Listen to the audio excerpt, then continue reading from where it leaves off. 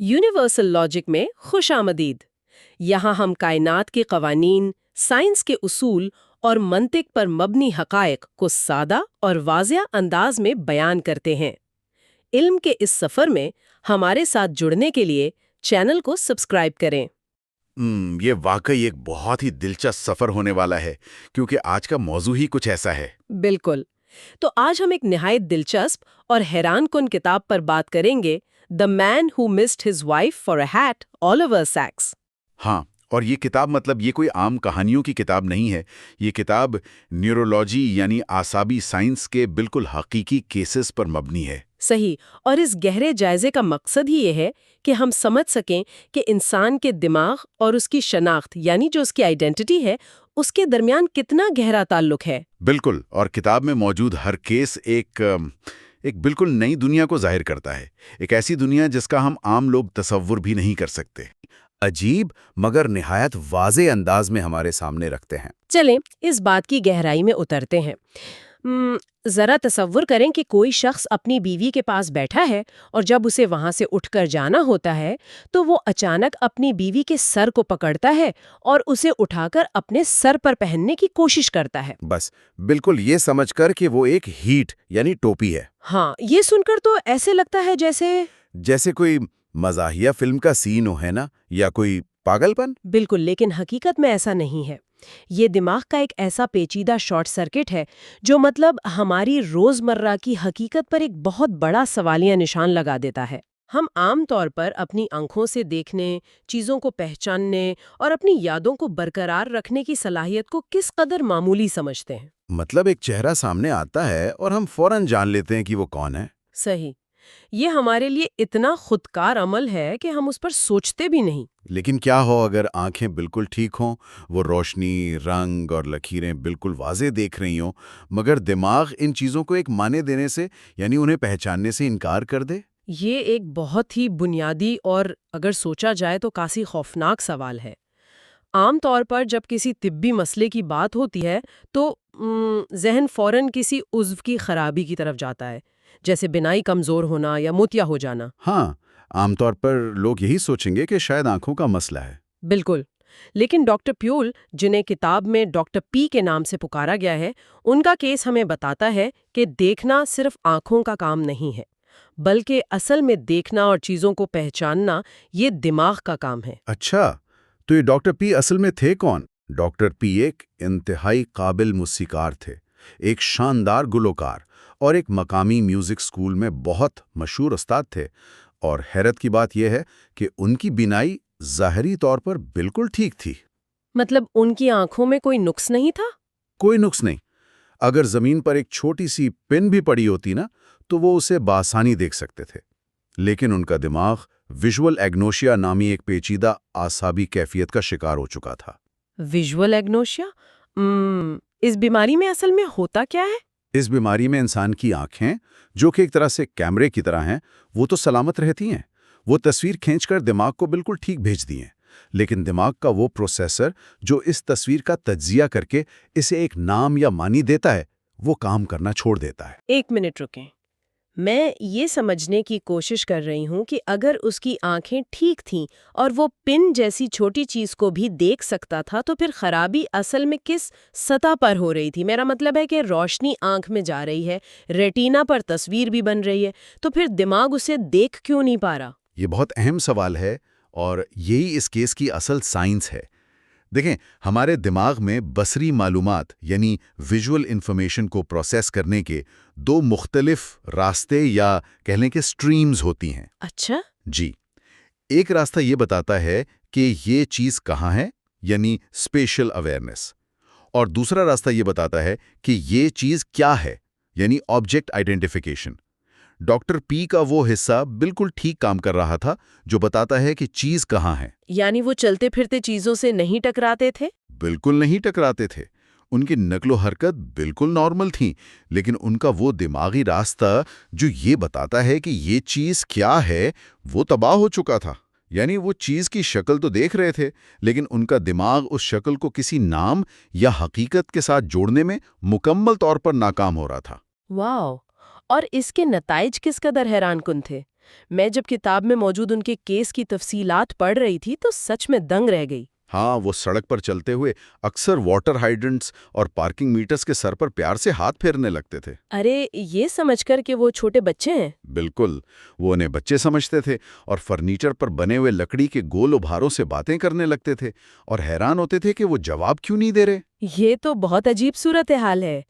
تو کیا ان کے آس پاس کے لوگوں نے کبھی نوٹس نہیں کیا؟ شروع میں تو سب کو، یہاں تک کہ خود ڈاکٹر پی کو بھی لگا کہ یہ ان کا کوئی مزاحیہ انداز ہے، کیونکہ ان کی حصے مزاح بہت منفرد تھی۔ لیکن پھر کلینک میں نیورولوجسٹ ڈاکٹر اولیور سیکس کے ساتھ ان کی جو ملاقات ہوئی، اس نے اصل حقیقت کھول دی۔ وہ جوتے والا واقعہ نا؟ جی، جب ڈاکٹر سیکس نے ان کے پاؤں کو معائنہ کرنے کے لیے ان کا جوتا اتارا اور پھر ان سے کہا کہ وہ اپنا جوتا پہن لیں، تو ڈاکٹر پی نے نیچے دیکھا، اپنے پاؤں کو پکڑا اور کہا، یہ میرا جوتا ہے نا؟ او خدایا، مطلب انہوں نے اپنے ہی پاؤں کو جوتا سمجھ لیا۔ یہاں وہ موڑ آتا ہے جو واقعی بے حد دلچسپ ہے۔ میں یہ پڑھ کر یہی سوچ رہی تھی کہ ڈاکٹر پی کا دماغ بالکل کسی جدید کمپیوٹر پروگرام یا آرٹیفیشل انٹیلیجنس یعنی AI کی طرح کام کرنے لگا تھا۔ آپ کی بات بالکل درست ہے۔ یہاں جو بات سب سے زیادہ حیران کن ہے وہ یہ ہے کہ ڈاکٹر پی کے ساتھ ڈیٹیل ورسز ہول پرسیپشن کا مسئلہ پیدا ہو چکا تھا۔ ڈیٹیل ورسز ہول پرسیپشن، یعنی وہ تفصیلات دیکھتے تھے مگر مجموعی تصویر نہیں؟ بالکل، وہ چیزوں کی باریک تفصیلات، رنگوں اور ہندسی اشکال کو تو دیکھ سکتے تھے، لیکن وہ ان تمام حصوں کو ملا کر ایک مکمل تصویر یا ہول نہیں بنا سکتے تھے۔ جب وہ کسی انسان کو دیکھتے تو وہ اس کا چہرہ ایک مجموعی پہچان کے طور پر نہیں دیکھتے تھے۔ تو پھر وہ لوگوں کو پہچانتے کیسے تھے؟ ان کی آنکھیں چہرے کے مختلف حصوں پر بھٹکتی تھیں، جیسے صرف ناک یا دائیں کان یا ٹھوڑی پر۔ وہ مونچھیں، چشمہ یا دانت جیسی کوئی مخصوص نشانی دیکھ کر اندازہ لگاتے تھے کہ یہ کون شخص ہے۔ جیسے کہ اگر کسی کے بڑے دانت ہیں تو وہ اس نشانی سے یاد رکھیں گے، مگر اس چہرے کے پیچھے موجود انسان کے جذبات کو وہ بالکل نہیں پڑھ پاتے ہوں گے۔ صحیح کہا۔ ایک طرح سے ان کے لیے ہر چہرہ ایک بے جان مجسمہ یا ایک تجریدی خاکہ یعنی ایبسٹریکٹ اسکیچ بن کر رہ گیا تھا۔ یہی وہ بات ہے جو مجھے AI والی تشبیہ کی طرف لے جاتی ہے۔ ایک ایسا AI پروگرام جو کیمرے سے پکسلز، رنگ اور اشکال تو بڑی درستگی سے دیکھتا ہے، اسے پتا ہوتا ہے کہ یہاں ایک سیدھی لکیر ہے، وہاں ایک گول دائرہ ہے۔ وہ ان ڈیٹا پوائنٹس کا تجزیہ بھی کرتا ہے، مگر اس میں انسانی جذبات، روح اور چیزوں کی مجموعی حقیقت کو محسوس کرنے کا کوئی عنصر نہیں ہوتا۔ ایک مشین کی طرح وہ صرف فیچرز کو سکین کر رہے تھے۔ یہ تشبیہ حقیقت کے بہت قریب ہے۔ دیکھیں، ہم انسان صرف چیزوں کی درجہ بندی یا کیٹیگرائزیشن نہیں کرتے، بلکہ ہم ان سے جذباتی اور حقیقی تعلق بھی قائم کرتے ہیں۔ مجھے وہ دستانے والا واقعہ یاد آ رہا ہے، وہ بہت حیران کن تھا۔ ہاں، جب ڈاکٹر اولیور سیکس نے انہیں ایک دستانہ یعنی گلو دکھایا اور پوچھا کہ یہ کیا ہے، تو ڈاکٹر پی نے اسے اپنے ہاتھ میں لیا، اس کا بڑی سنجیدگی سے جائزہ لیا اور پتہ ہے کیا کہا؟ جی، انہوں نے کچھ ہندوسی قسم کی بات کی تھی۔ انہوں نے کہا، یہ ایک مسلسل سطح ہے جو اپنے ہی اندر موڑی ہوئی ہے اور اس میں 5 ابھار ہیں۔ سرخ گلاب کا پھول دیا۔ ڈاکٹر پی نے اسے بھی ایک پیچیدہ ہندسی شکل قرار دیا، لیکن جب سونگھنے کی باری آئی تو سب بدل گیا ہے نا؟ جی، جب ڈاکٹر نے ان سے کہا کہ اسے سونگھو تو جیسے ہی خوشبو ان کی ناک تک پہنچی وہ اچانک زندگی کی طرف لوٹ آئے۔ انہوں نے فوراً کہا، کتنا خوبصورت گلاب ہے۔ یعنی ان کی دنیا میں بصری حقیقت یا ویژول ریالٹی ختم ہو چکی تھی، لیکن سونگھنے کی حس نے انہیں فوراً واپس حقیقت سے جوڑ دیا۔ اور پھر وہ مشہور واقعہ ہوا جس پر اس پوری کتاب کا نام ہی رکھ دیا گیا۔ ہاں، اپنی بیوی کو ہیٹ سمجھنا۔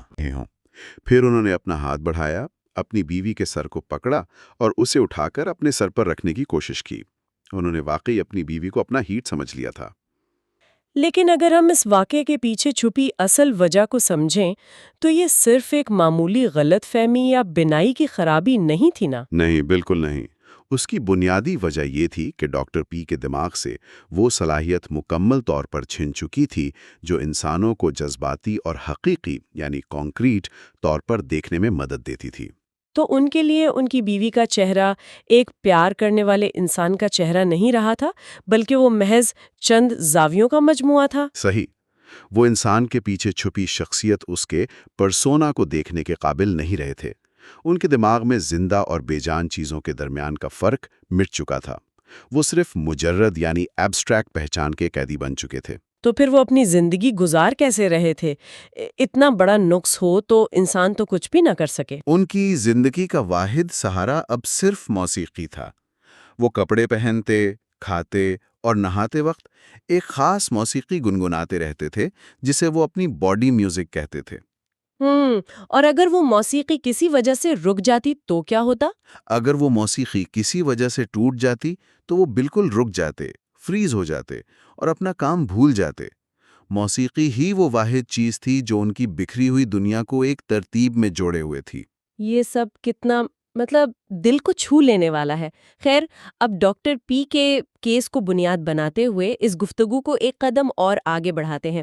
اگر ڈاکٹر پی نے اپنی جگہ، اپنی اشیاء اور چہروں کی پہچان کھو دی تھی اور ان کا دماغ ایک خلا میں بھٹک رہا تھا، تو اس شخص کا کیا ہوگا جو اپنا وقت اور اپنی تاریخ ہی کھو دے؟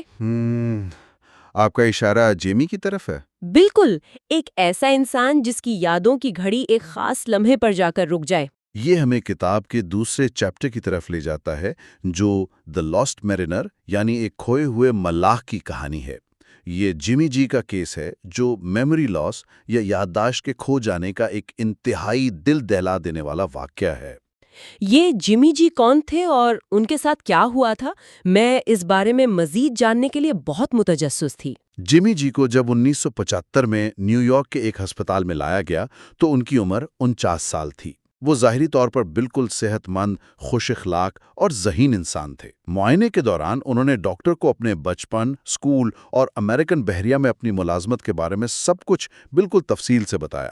تو پھر مسئلہ کہاں تھا اگر انہیں سب کچھ یاد تھا؟ وہ ریاضی میں تیز تھے، سب مرینز پر ریڈیو آپریٹر کے طور پر کام کرتے تھے، لیکن مسئلہ یہ تھا کہ ان کی یادیں 1945 کے بعد مکمل طور پر بلیک آؤٹ ہو چکی تھیں۔ 1945 سے لے کر 1975 تک کے 30 سال ان کے دماغ سے غائب تھے، اور یہ کوئی عام بھولنے کی بیماری نہیں تھی نا؟ بالکل نہیں تھی۔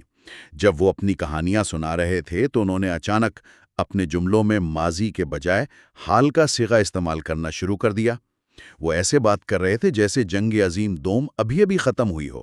ہاں، جب ڈاکٹر نے ان سے پوچھا کہ موجودہ سال کون سا ہے تو انہوں نے مسکرا کر کہا تھا 1945، جنگ ہم جیت چکے ہیں اور آگے بڑے شاندار دن آنے والے ہیں۔ اور جب ان سے ان کی عمر پوچھی گئی تو انہوں نے بڑی سادگی سے حساب لگا کر کہا، میں 19 سال کا ہوں، اگلی سال گرا پر 20 کا ہو جاؤں گا۔ مطلب ان کے ذہن میں وہ ابھی تک 19 سال کے جوان تھے۔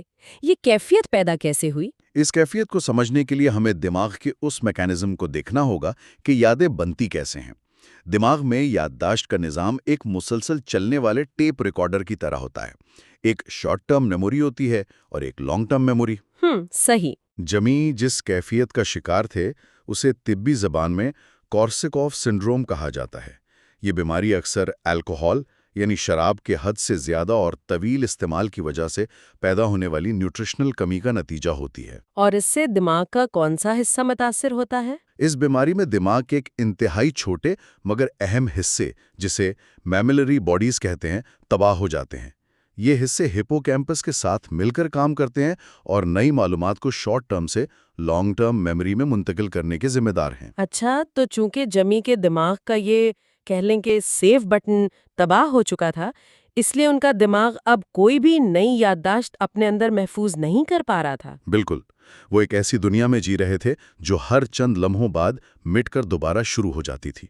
ان کی شارٹ ٹرم میموری صرف چند منٹ کام کرتی تھی۔ کتاب میں نیشنل جیوگرافک رسالے کا جو واقعہ ہے وہ اس صورتحال کو کتنی شدت سے واضح کرتا ہے، وہ واقعہ ذرا تفصیل سے بتائیں گے؟ جی، ڈاکٹر سیکس نے یہ دیکھنے کے لیے کہ جمی جدید دنیا کے بارے میں کیا رد عمل دیتے ہیں، ان کے سامنے نیشنل جیوگرافک کا ایک نیا رسالہ رکھ دیا۔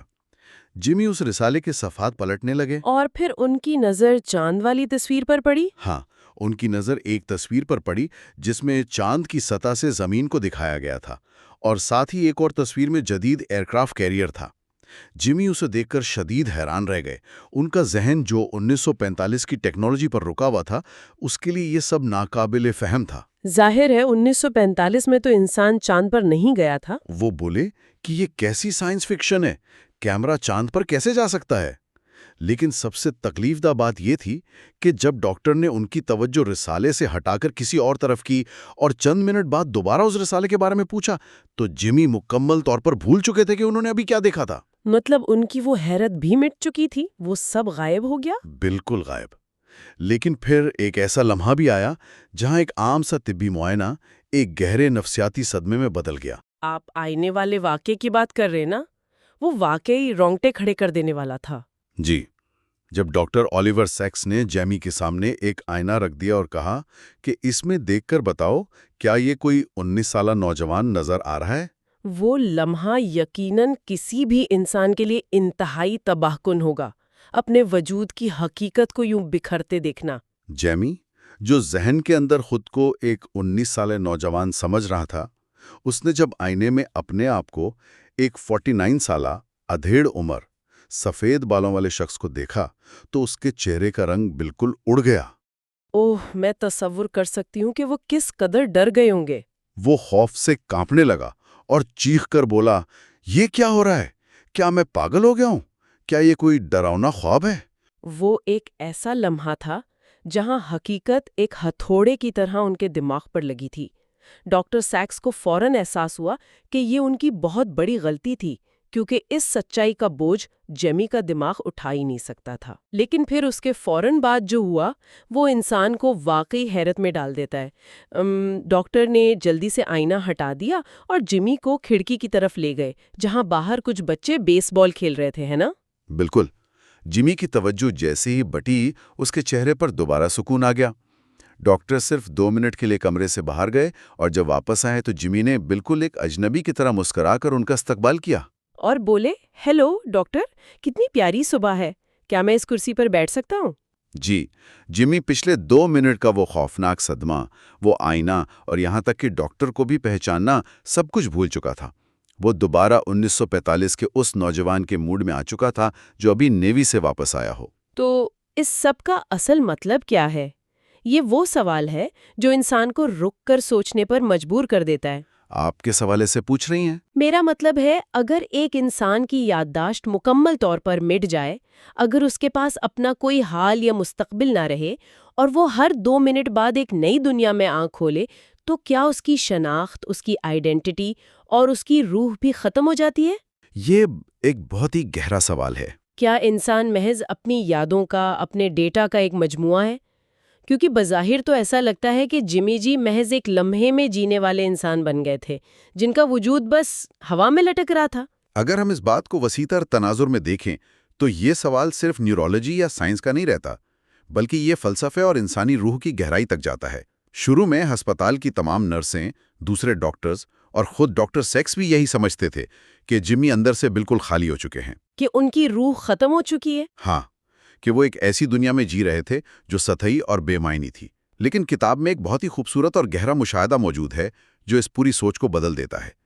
جب جیمی کو چرچ میں دعا کرتے ہوئے دیکھا گیا تو ایک بالکل مختلف جیمی سامنے آیا۔ جی ہاں، نرسوں نے ہی ڈاکٹر سے کہا تھا کہ آپ جیمی کو چرچ میں ہولی کمیونین لیتے اور عبادت کرتے ہوئے دیکھیں، اور جب ڈاکٹر نے اسے وہاں عبادت کرتے دیکھا تو وہ دنگ رہ گئے۔ بالکل، چرچ میں یا جب جیمی میوزک سنتے یا فطرت کے قریب ہوتے اور باغ میں کام کرتے تو ان کی وہ بے چینی، وہ بھٹکنا اور وہ سب کچھ منٹوں میں بھول جانے والی بیماری جیسے رک جاتی تھی۔ واہ، مطلب اس وقت ان کا دماغ نارمل محسوس ہوتا تھا؟ وہ مکمل طور پر اس لمحے کی روحانیات، اس کے فن اور اس کی اخلاقی گہرائی میں ڈوب جاتے تھے۔ وہ پوری توجہ، جسے کتاب میں اسپرچول اٹینشن یا روحانی توجہ کہا گیا ہے، کے ساتھ اس عمل کا حصہ بن جاتے۔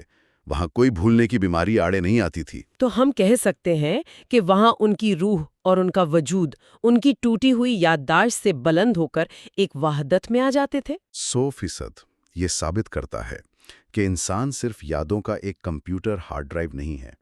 ایک انسان کی روح، اس کے اخلاقی احساسات اور خوبصورتی کو محسوس کرنے کی صلاحیت یادداشت کے محتاج نہیں ہوتی۔ وہ یادوں سے عاری ہونے کے باوجود روحانیت، فن اور توجہ کے ذریعے اپنی کھوئی ہوئی شناخت سے دوبارہ جڑ جاتے تھے۔ یہ واقعی دل کو چھو لینے والی بات ہے، اور یہ بتاتی ہے کہ ہمارا دماغ اور ہمارا وجود کتنا حیران کن ہے۔ ہم دن بھر جو چیزیں دیکھتے ہیں جیسے ایک کافی کا کپ، تو ہمارا دماغ ایک ہی سیکنڈ میں بصری ڈیٹا، یادداشت اور اس کی جگہ کے احساس کو ملا کر ایک حقیقت بناتا ہے۔ بالکل، ایک ایسا پیچیدہ نظام جو پسے پردہ کام کر رہا ہوتا ہے۔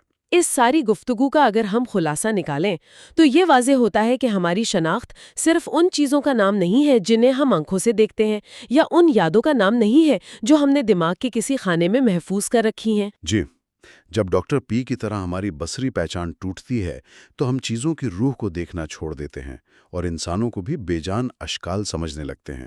اور جب جیمی جی کی طرح ہماری یادیں ہم سے چھن جاتی ہیں تو ہم ایک تنہا اور بکھری ہوئی دنیا میں چلے جاتے ہیں، ماضی میں قید ہو جاتے ہیں۔ لیکن پھر بھی ان دونوں کیسز میں موسیقی، فن اور روحانیت نے انہیں کہیں نہ کہیں اس دنیا کے ساتھ جوڑے رکھا۔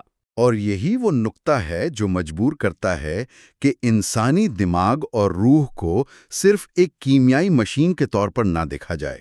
یہ درست ہے کہ دماغ کے کچھ مخصوص خلیے تباہ ہونے سے انسان کی پوری حقیقت بدل سکتی ہے، لیکن انسان کا وجود ان مادی حدود سے کہیں زیادہ گہرا ہے۔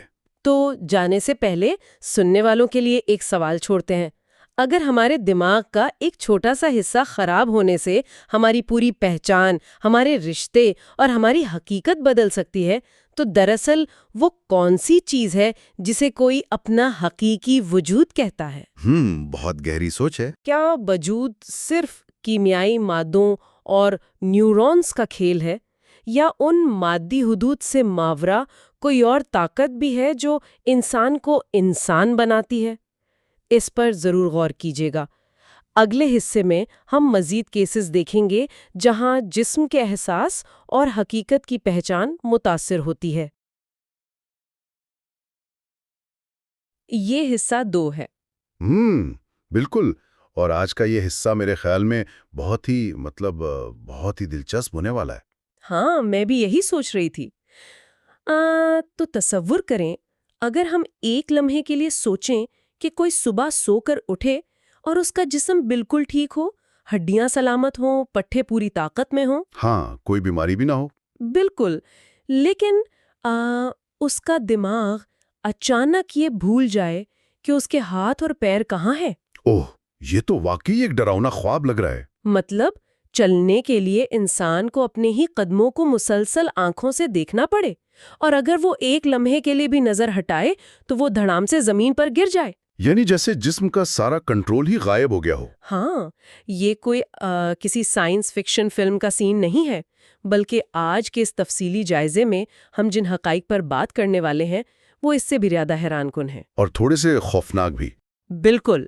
آج ہمارا مقصد اولیویئر سیکس کی فراہم کردہ جو طبی دستاویزات ہے ان کے پہلے حصے یعنی نقصانات، یا جسے انگلش میں پارٹ 1 لاسز کہا گیا ہے، اس کا گہرائی سے مطالعہ کرنا ہے۔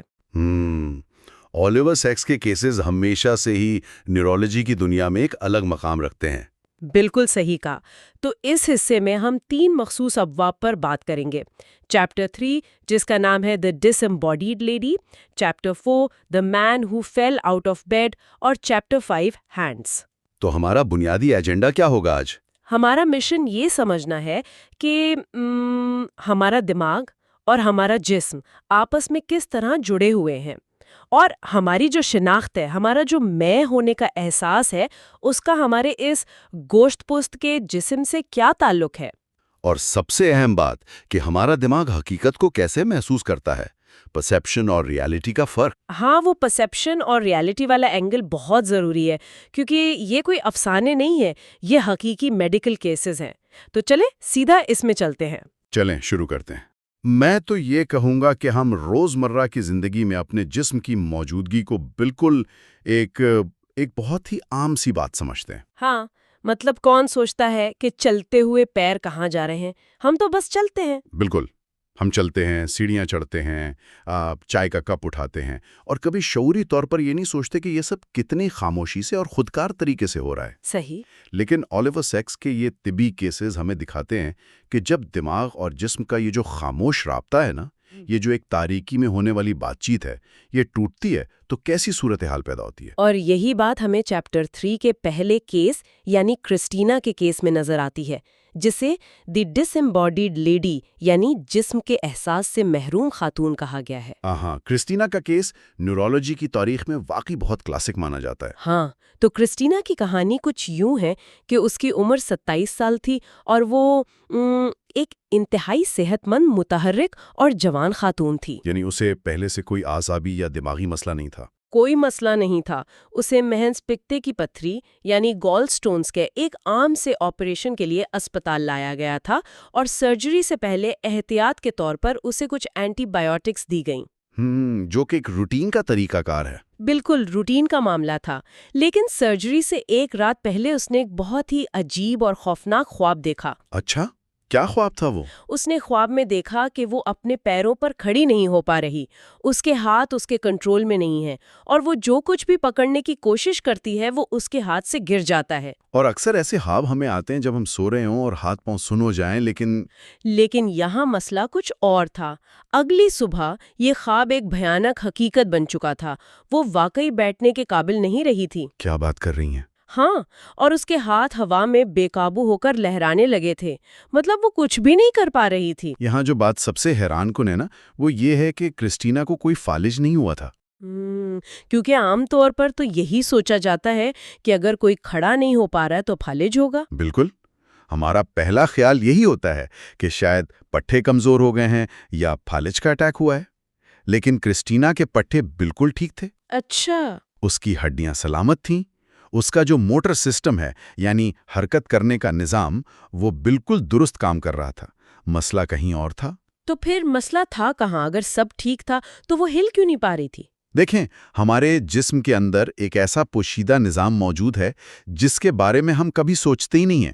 ہم سب جانتے ہیں کہ ہماری 5 حسیات ہیں: دیکھنا، سننا، چکھنا، سونکھنا اور چھونا۔ ہاں، یہ تو ہم بچپن سے اسکول میں پڑھتے آ رہے ہیں۔ لیکن ایک اور حس بھی ہے، ایک چھٹی حس، جسے میڈیکل کی زبان میں پروپریوسیپشن کہتے ہیں۔ رکیں ایک منٹ، پروپریوسیپشن یہ کیا بلا ہے؟ کیونکہ چھٹی حس کا تو ہم نے عموماً وہ روحانی یا مافوق الفطرت حوالوں سے سنا ہے کہ بھئی اس کی چھٹی حس بہت تیز ہے۔ نہیں، یہ وہ والی چھٹی حس نہیں ہے، یہ ایک خالصتاً بائیولوجیکل چھٹی حس ہے۔ اچھا، تو یہ میڈیکل والی چھٹی حس کام کیسے کرتی ہے؟ یہ دراصل ہمارے پٹھوں، جوڑوں اور ٹینڈنز کے اندر موجود لاکھوں چھوٹے چھوٹے خاموش سینسرز کا ایک پورا جال ہے۔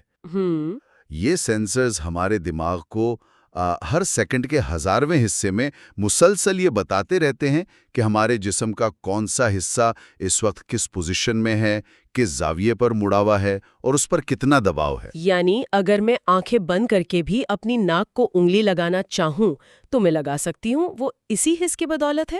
بالکل، 100%۔ آپ کو آنکھیں بند کر کے بھی پتا ہوتا ہے کہ آپ کا ہاتھ کہاں ہے۔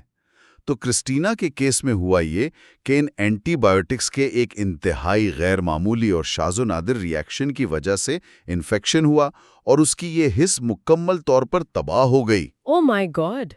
یعنی دماغ تک پٹھوں کی پوزیشن کا پیغام پہنچنا ہی بند ہو گیا۔ ہاں، اس کا دماغ اور اس کے پٹھے بالکل ٹھیک تھے، بس ان کے درمیان کا جو رابطہ تھا نا، وہ کٹ گیا تھا۔ اچھا ٹھیک ہے، ذرا اس کو تفصیل سے سمجھتے ہیں۔ کیا میں یہ کہہ سکتی ہوں کہ یہ بالکل ایسا ہے جیسے کوئی انتہائی جدید ہوائی جہاز بالکل ٹھیک حالت میں ہو، اس کے انجن کام کر رہے ہوں، پر سلامت ہوں، لیکن کاکپٹ میں پائلٹ کے سامنے موجود تمام سکرینز اور ڈیش بورڈ اچانک بند ہو جائیں؟ واہ، کیا زبردست مثال دیا آپ نے، بالکل درست سمت میں سوچ رہی ہیں۔ مطلب جہاز اڑ تو سکتا ہے لیکن پائلٹ اندھا ہو چکا ہے، اسے نہیں معلوم کہ جہاز ہوا میں کس پوزیشن میں ہے، وہ کس زاویے پر اڑ رہا ہے۔ اگر وہ جہاز کو موڑنا چاہے گا تو انجن مڑے گا، لیکن پائلٹ کو کوئی فیڈ بیک نہیں ملے گا کہ جہاز واقعی موڑا بھی ہے یا نہیں۔ بالکل، کرسٹینا کے ساتھ بھی عین یہی ہوا۔ اس کا دماغ وہ پائلٹ تھا اور جسم وہ ہوائی جہاز۔ چونکہ پروپریوسیپشن کا ڈیش بورڈ بند ہو گیا تھا، اس لیے جب وہ چلنے کی کوشش کرتی تو اس کے پیر ہوا میں بے قابو ہو جاتے۔ تو پھر اس نے چلنا کیسے سیکھا؟ کیونکہ کہانی میں تو ہے کہ وہ بعد میں چلنے پھرنے لگی تھی۔ اسے اپنا جسم چلانے کے لیے اپنی آنکھوں پر انحصار کرنا پڑا۔ نظروں پر؟ مطلب وہ اپنے قدموں کو دیکھ کر چلتی تھی؟ جی ہاں، اور یہ انحصار کتنا مشکل تھا اس کا اندازہ اس بات سے لگائیں کہ اسے ہر وقت اپنے ہر قدم کو باقاعدہ شعوری طور پر دیکھنا پڑتا تھا۔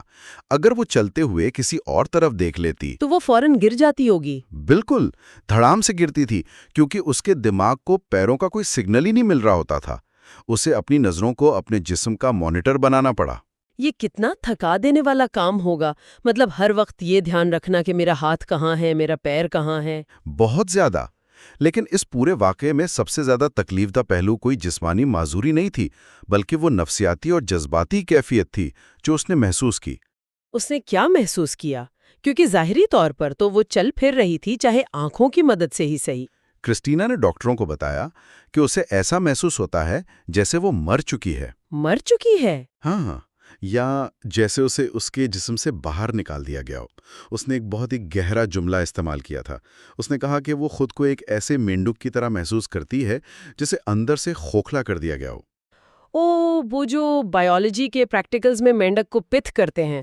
بالکل، اس کے انگریزی الفاظ تھے pithed like a frog، یعنی جسم کا خول تو موجود ہے لیکن اس کے اندر کا جوہر، وہ خاموش احساس جو اسے زندہ بناتا ہے، وہ مکمل طور پہ ختم ہو چکا ہے۔ یہ تو ایک بہت ہی وحشتناک احساس ہوگا۔ یعنی اس سے تو یہ ثابت ہوتا ہے نا کہ ہماری جو بھی شناخت ہے، ہمارا جو یہ احساس ہے کہ میں ایک انسان ہوں جسے ہم آئیڈینٹی کہتے ہیں، وہ شناخت صرف ہمارے دماغ میں موجود خیالات کا مجموعہ نہیں ہے، وہ ہمارے اس جسم کے اندرونی احساس کے ساتھ باقاعدہ گندھی ہوئی ہے۔ آپ نے بالکل صحیح پوائنٹ پکڑا ہے۔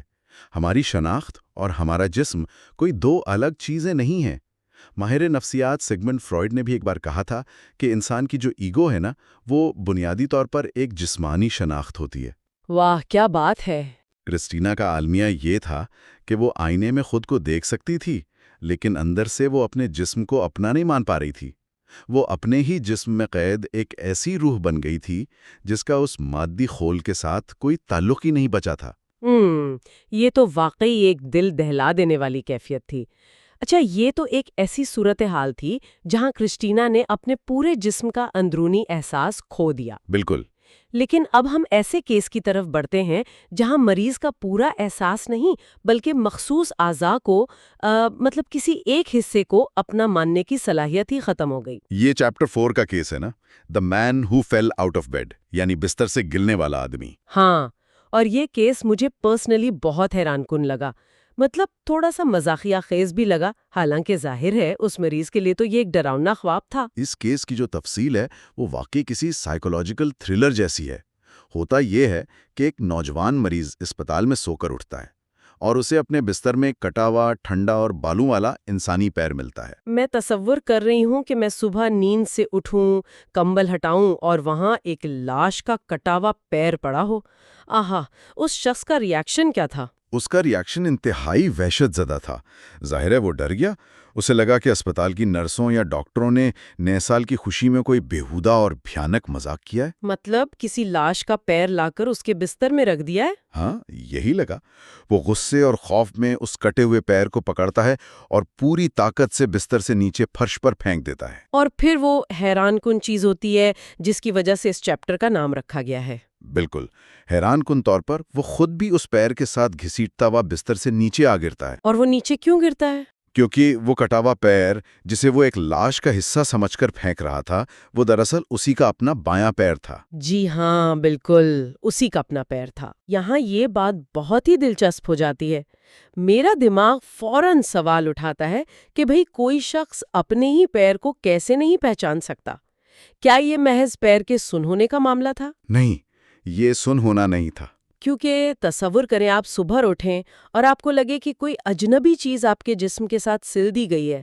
یہ تو ایک خوفناک احساس ہے، لیکن کیا وہ صرف سن تھا؟ اس سے ایک بہت اہم سوال پیدا ہوتا ہے جو آپ نے پوچھا ہے۔ ڈاکٹروں نے بھی شروع میں یہی سوچا تھا، لیکن جب آپ کا یا میرا پیر سن ہوتا ہے تو ہمیں یہ معلوم ہوتا ہے کہ وہ پیر ہمارا ہی ہے۔ ہاں، ہم اسے ہاتھ لگا کر یا ہلا کر ٹھیک کرنے کی کوشش کرتے ہیں۔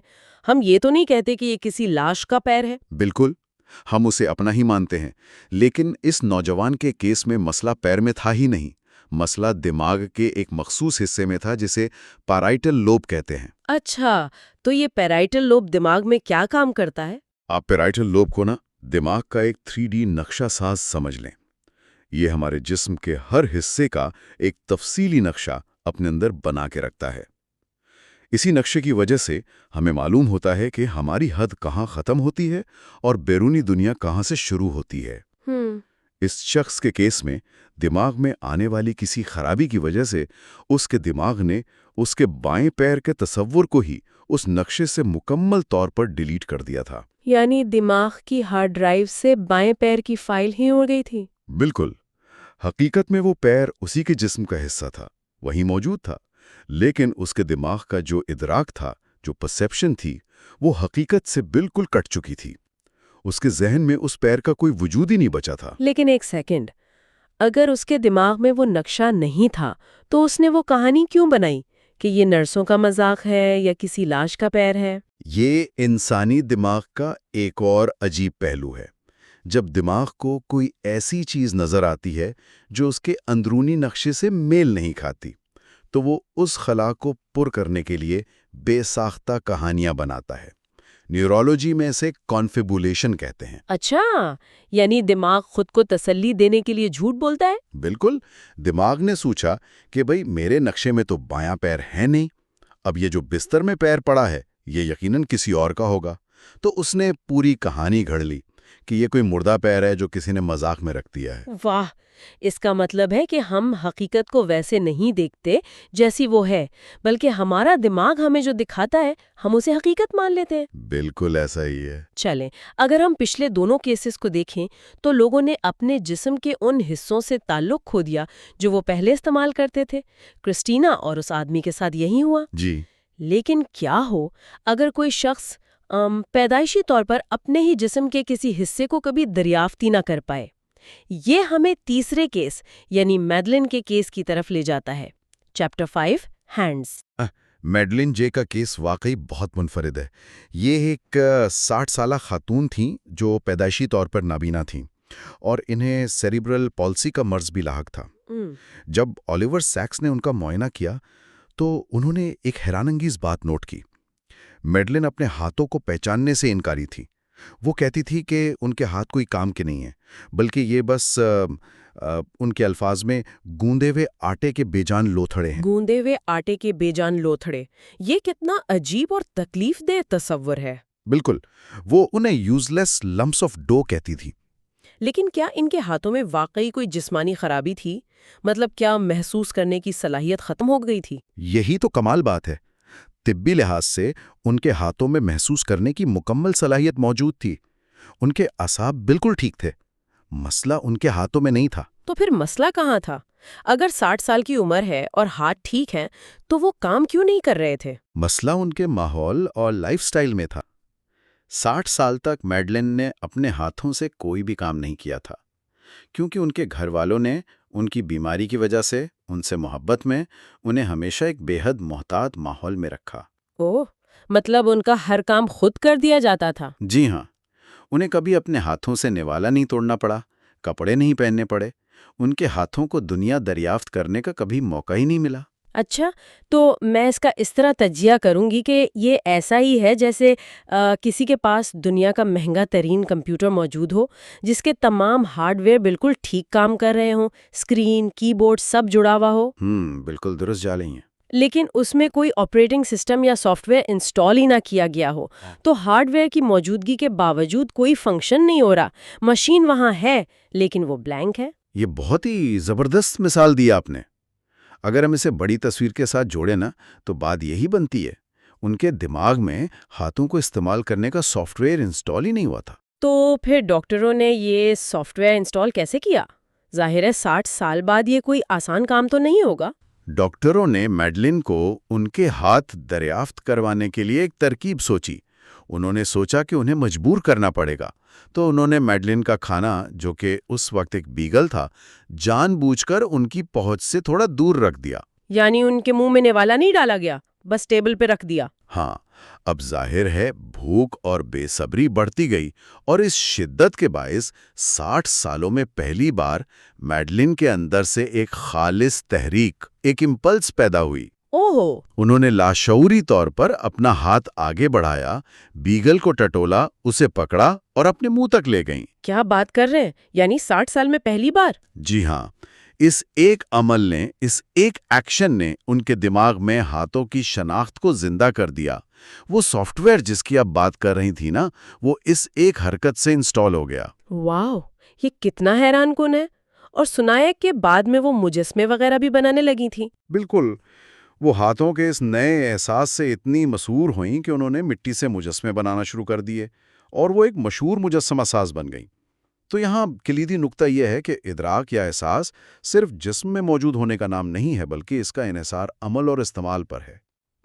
بالکل صحیح۔ تو اس سب کا مطلب کیا ہے؟ اگر ہم آج کی اس پوری بات کو سمیٹیں تو ان تینوں کیسز سے، کرسٹینا، وہ بستر سے گرنے والا آدمی اور میڈلن، ان سب سے یہ ثابت ہوتا ہے کہ ہمارا دماغ اور جسم کوئی دو الگ چیزیں نہیں ہیں، بالکل نہیں ہے۔ بلکہ یہ ایک دوسرے کے اندر گندھے ہوئے ہیں۔ ہم سوچتے ہیں نا کہ روزمرہ کی زندگی میں چلنا پھرنا اور چیزوں کو چھونا بہت عام سی بات ہے، لیکن ہم کبھی اس بات پر غور نہیں کرتے کہ اس کے پس پردہ ہمارا دماغ کتنا پیچیدہ اور خاموش کام کر رہا ہے۔ ہماری مکمل شناخت اور ہمارا یہ جو میں ہونے کا احساس ہے، یہ ہمارے اس مادی جسم کے ساتھ جڑا ہوا ہے۔ 100% ایسا ہی ہے۔ ہمارا جسم ہمارے شعور کا ایک لازمی حصہ ہے۔ اور اسی بات پر میں سننے والوں کے لیے ایک سوال چھوڑنا چاہوں گی۔ یہ گفتگو ہمیں ایک گہرے سوال کی طرف لے جاتی ہے۔ وہ کیا؟ اگر ہمارا ذہن اور ہماری شناخت ہمارے اس مادی جسم کے ساتھ اس قدر گہرائی سے جڑے ہوئے ہیں، تو مستقبل میں اگر کبھی انسانی شعور کو کسی کمپیوٹر یا مشین میں اپلوڈ کر دیا گیا، جیسے سائنس فکشن میں دکھاتے ہیں۔ بالکل، اور اس اپلوڈڈ شعور کا کوئی گوشت پوسٹ کا جسم نہ ہو، تو کیا وہ انسان واقعی انسان رہے گا یا اس کی شناخت مکمل طور پر بدل جائے گی؟ یہ تو واقعی سوچنے پر مجبور کر دینے والی بات ہے۔ بغیر جسم کے انسان کا شعور کیسا محسوس کرے گا؟ یہ تصوری بہت عجیب ہے۔ بالکل۔ تو خیر، اگلے حصے میں ہم ہیلوسینیشنز اور پرسیپشن کے مزید عجیب کیسز دیکھیں گے۔ یہ حصہ 3 ہے۔ جی۔ تو ذرا ایک لمحے کے لیے سوچئے کہ ایک انسان اسمارٹ فون پر نقشے والی کوئی ایپ کھول کر کسی انجان سڑک پر چل رہا ہے۔ صحیح۔ اسکرین پر موجود نیلے رنگ کا جو نقطہ ہے وہ بتا رہا ہے کہ راستہ بالکل سیدھا ہے۔ وہ انسان اندھا دھند قدم اٹھاتا رہتا ہے۔ اسے ارد گرد دیکھنے یا اپنے حواس پر بھروسہ کرنے کی ضرورت ہی محسوس نہیں ہوتی۔ مگر فرض کریں کہ فون کا اندرونی جی پی ایس سینسر ہی خراب ہو چکا ہو، تو وہ نقطہ غلط جگہ دکھائے گا۔ بالکل۔ اسکرین تو دکھا رہی ہے کہ منزل سامنے ہے، لیکن در حقیقت وہ انسان کسی گہری کھائی کے کنارے کھڑا ہو۔ ہمارا دماغ بھی بالکل اسی اسمارٹ فون کی طرح ہی کام کرتا ہے۔ وہ دنیا کو براہ راست تو نہیں دیکھتا نا، بلکہ اندھیرے میں بیٹھ کر مختلف سینسر سے آنے والے ڈیٹا کو جوڑ کر ایک نقشہ بناتا ہے، ایک خاکہ تیار کرتا ہے۔ جی۔ تو اس تفصیلی جائزے میں ہم معروف نیورولوجسٹ آلیور سیکس کی کتاب کے حصہ اول یعنی نقصانات یا الموسس کے مزید 4 ابواب پر بات کریں گے۔ باب 6 سے 9 تک کا ہم گہرا مطالعہ کریں گے۔ اس نشست کا بنیادی مقصد یہ سمجھنا ہے کہ یہ دماغی نقشہ یا یہ جو حقیقت ہے ہماری، وہ بنتی کیسے ہے اور ہمارے ادراک کی یعنی پرسیپشن کی حدود اور خامیاں کیا ہیں۔ اگر ہم اس اسمارٹ فون والی مثال کو ہی مزید گہرائی میں دیکھیں تو بات صرف نقشے کے خراب ہونے کی نہیں ہے۔ اچھا، تو اور کیا ہے؟ بات دراصل یہ ہے کہ حقیقت یا جسے ہم ریالٹی کہتے ہیں، وہ کوئی ایسی ٹھوس اور معروضی چیز نہیں ہے جو باہر کائنات میں سجی ہوئی رکھی ہو اور دماغ بس ایک کیمرے کی طرح اس کی تصویر کھینچ لے۔ یعنی وہ پہلے سے موجود نہیں؟ بالکل نہیں۔ حقیقت کی تعمیر ہر سیکنڈ، ہر لمحہ دماغ کے اندر ہو رہی ہوتی ہے۔ یہ مختلف حسیات یعنی سینسز کی ایک بہت ہی پیچیدہ سمفنی ہے۔ جب دماغ کے کسی حصے کو نقصان پہنچتا ہے یا کوئی بیماری حملہ کرتی ہے تو صرف کوئی ایک مخصوص کام متاثر نہیں ہوتا، بلکہ اس انسان کے لیے پوری کائنات کی پوری حقیقت کی تعریف ہی بدل جاتی ہے۔ واہ، پوری حقیقت ہی بدل جاتی ہے۔ جی، دماغ کی اس پیچیدہ مشینری کو اور اس کے دھوکے کھانے کی جو صلاحیت ہے، اس کو سمجھے بغیر ہم انسان کے وجود کو نہیں سمجھ سکتے۔ تو اس کائنات کے بدلنے کی اور دماغی نقشوں کے الجھنے کی ابتدا ہم باب 6 سے کرتے ہیں، جہاں اولیور سیکس فینٹم لمز یعنی کٹے ہوئے عضو کے احساس کا ذکر کرتے ہیں۔ بظاہر تو یہ ایک عام فہم سی بات لگتی ہے کہ جب جسم کا کوئی حصہ، مثلاً کوئی بازو یا ٹانگ کٹ جائے، جسم سے الگ کر دی جائے، تو اس کا احساس بھی فوراً ختم ہو جانا چاہیے۔ منطقی طور پر تو ایسا ہی ہونا چاہیے، لیکن ایسا نہیں ہوتا۔ دماغ اس غائب حصے کو ایک بھوت کی طرح کیوں زندہ رکھتا ہے؟ یہ فینٹم کیا ہے؟ اس حیرت انگیز مظہر کی جو جڑیں ہیں وہ دماغ کے سینسری کارٹیکس کی ساخت میں چھپی ہیں۔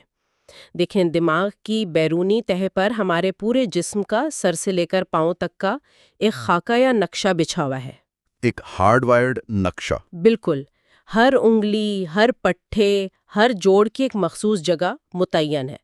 اب ہوتا یہ ہے کہ جب کوئی عضو طبعی طور پر کٹ جاتا ہے تو جسم سے تو وہ غائب ہو جاتا ہے، لیکن دماغ کے نقشے سے اس کی وائرنگ، اس کا وہ سافٹ ویئر فوراً نہیں مٹتا۔ تو دماغ اسے ڈھونڈتا رہتا ہے؟ جی ہاں، دماغ مسلسل اس کٹے ہوئے حصے سے سگنلز کا انتظار کرتا رہتا ہے، اور جب وہاں سے کوئی سگنل نہیں آتا، ایک طرح کا خلا پیدا ہوتا ہے، تو دماغ اس سینسری خلا کو برداشت نہیں کر پاتا اور خود سے ہی وہ سگنلز پیدا کرنا شروع کر دیتا ہے۔ اچھا، تو وہ خود ہی کہانیاں بنانے لگتا ہے؟ 100%۔ یہ فینٹم لیمز، یہ کٹے ہوئے اعضاء کا درد یا کھجلی، دراصل دماغ کی وہ چیخیں ہیں جو ایک خالی جگہ کو بھرنے کے لیے پیدا ہوتی ہیں، اور یہ ایک یادداشت کی طرح دماغ میں زندہ رہتا ہے۔ مگر یہیں پر ایک سوال پیدا ہوتا ہے کہ دماغ کا یہ دھوکہ، یہ چیخیں کتنے عرصے تک سنائی دے سکتی ہیں؟ کتاب میں ایک ملاح کا ذکر ہے جس کی کہانی پڑھ کر شدید حیرت ہوتی ہے۔ ہاں، وہ انگلی کٹنے والا واقعہ۔ جی ہاں، اس ملاح کی دائیں ہاتھ کی شہادت کی انگلی کٹ گئی تھی۔ 1-2 سال نہیں، پورے 40 سال تک اسے یہی لگتا رہا کہ اس کی وہ کٹی ہوئی انگلی بالکل سیدھی ایک لکڑی کی طرح اکڑی ہوئی موجود ہے۔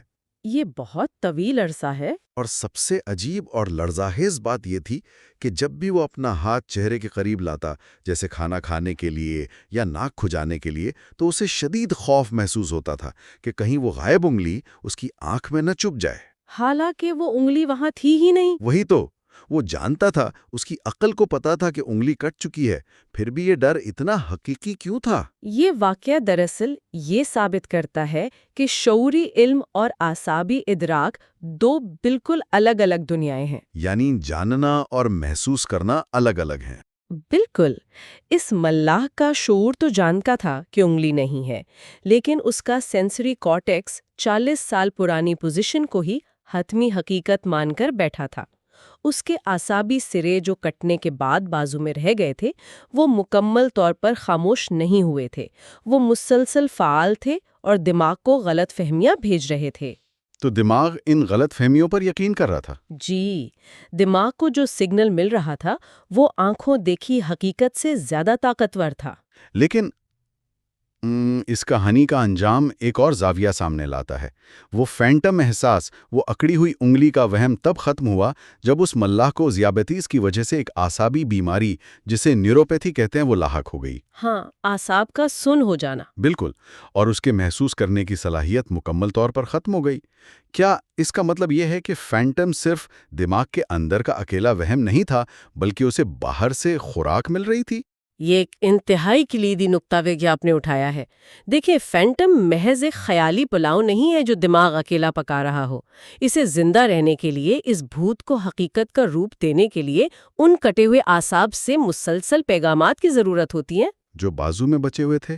جی، جب نیوروپیتھی نے ان اعصاب کو ہی مکمل طور پر مردہ کر دیا تو دماغ تک جانے والا وہ جھوٹا رابطہ کٹ گیا۔ جیسے ہی رابطہ کٹا، دماغ کا وہ پرانا نقشہ بھی خاموش ہو گیا اور 40 سال پرانا فینٹم غائب ہو گیا۔ تو ایک بیماری نے دوسری بیماری کا وہم ختم کر دیا۔ بالکل، لیکن اس ساری گفتگو میں فینٹمز کو صرف ایک بیماری یا تکلیف کے طور پر دیکھنا ناانصافی ہوگی۔ بعض اوقات یہ فینٹمز انسان کی بقا اور اس کے چلنے پھرنے کے لیے ناگزیر ہوتے ہیں۔ یہ ہمیشہ برے نہیں ہوتے۔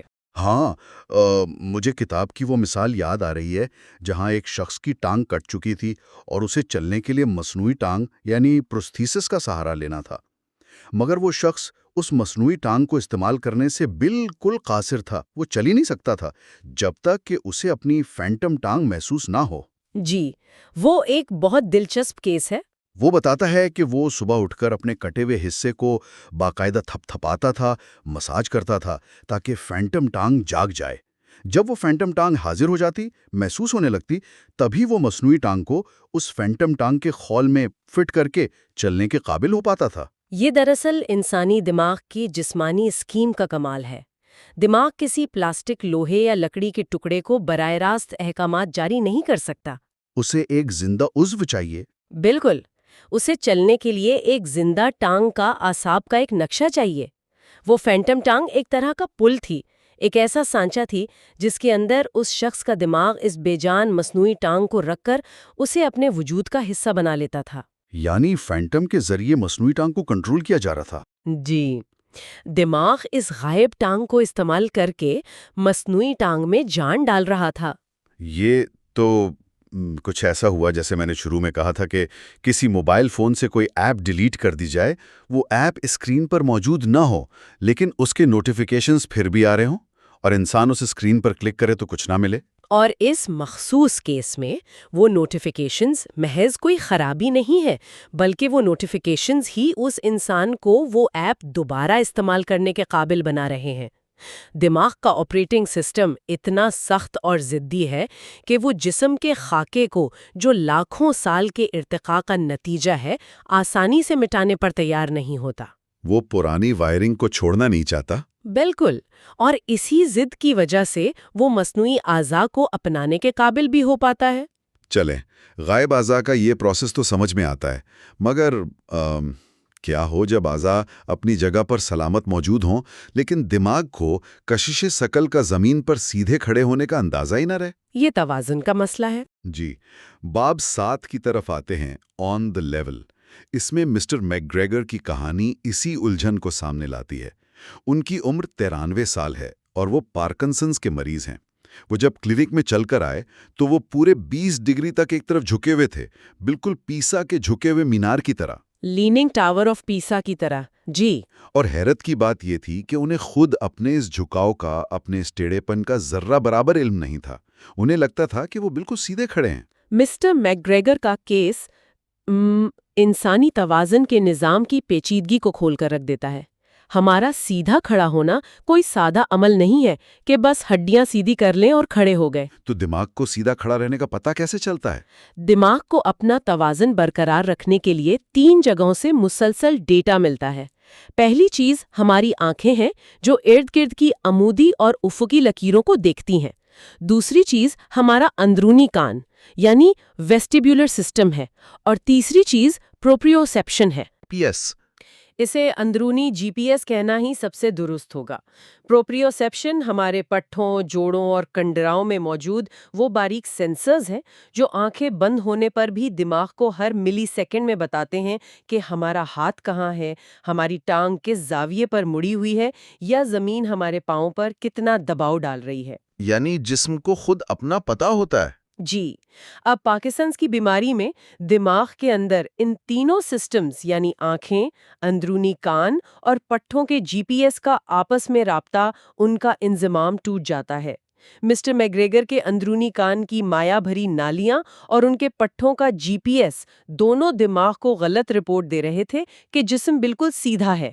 اور جب انہیں کلینک میں ان کی اپنی چلتی ہوئی ویڈیو دکھائی گئی تو وہ خود حیران رہ گئے۔ ان کا کہنا تھا کہ میں تو واقعی ایک طرف جھکا ہوا ہوں، لیکن میں خود کو بالکل سیدھا کیوں محسوس کر رہا ہوں؟ کیونکہ ان کا دماغ انہیں یہی بتا رہا تھا۔ پھر چونکہ وہ پیشے کے لحاظ سے ایک بڑائی رہ چکے تھے، انہوں نے خود ہی اس کا حل بھی سوچ لیا۔ انہوں نے کہا کہ جیسے لکڑی کی سطح کو بالکل سیدھا رکھنے کے لیے ایک اسپرٹ لیول استعمال کیا جاتا ہے جس کے اندر پانی کا ایک بلبلا ہوتا ہے، تو کیا ان کے دماغ کا اسپرٹ لیول خراب ہو گیا؟ یہ ایک مریض کی طرف سے دی گئی انتہائی شاندار اور بے حد درست سائنسی تشریح تھی۔ مسٹر میکگریگر سمجھ گئے تھے کہ ان کے اندر کا آلہ، ان کا اپنا ویسٹیبولر سسٹم خراب ہے۔ اب انہیں اپنا توازن برقرار رکھنے کے لیے ایک بیرونی آلے کی ضرورت تھی۔ یہ تو بالکل ہوائی جہاز کے اس پائلٹ والی صورتحال ہو گئی جو گھنے بادلوں میں پھنس گیا ہو۔ ہاں، وہ جو انسٹرومنٹ فلائنگ ہوتی ہے۔ بالکل، باہر کچھ نظر نہیں آ رہا اور پائلٹ کے اپنے حواس اسے کہہ رہے ہیں کہ جہاز بالکل سیدھا اڑ رہا ہے۔ جبکہ اصل میں جہاز تیزی سے نیچے کی طرف جھکا ہوا ہے۔ اگر پائلٹ اپنے جسمانی احساس پر بھروسہ کرے گا تو وہ یقیناً جہاز کریش کر دے گا۔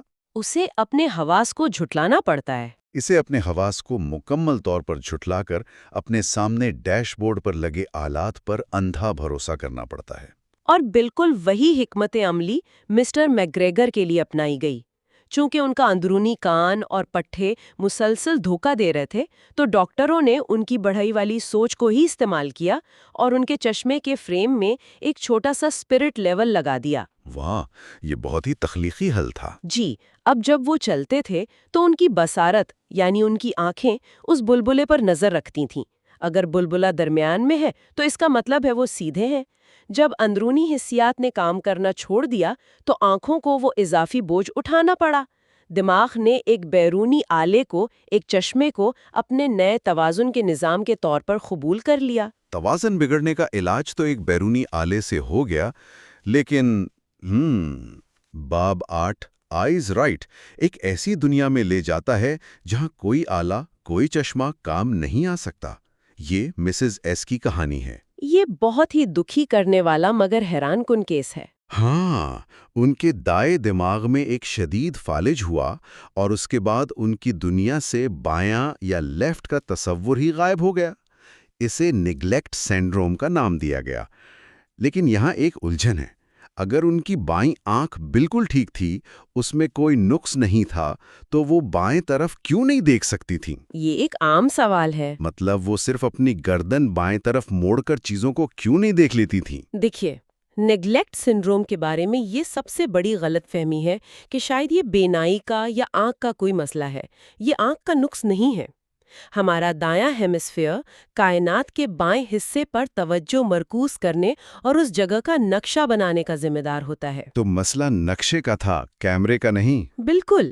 جب وہ حصہ فالج سے تباہ ہو گیا تو دماغ نے کائنات کے بائیں نصف حصے کو پروسیس کرنا ہی بند کر دیا۔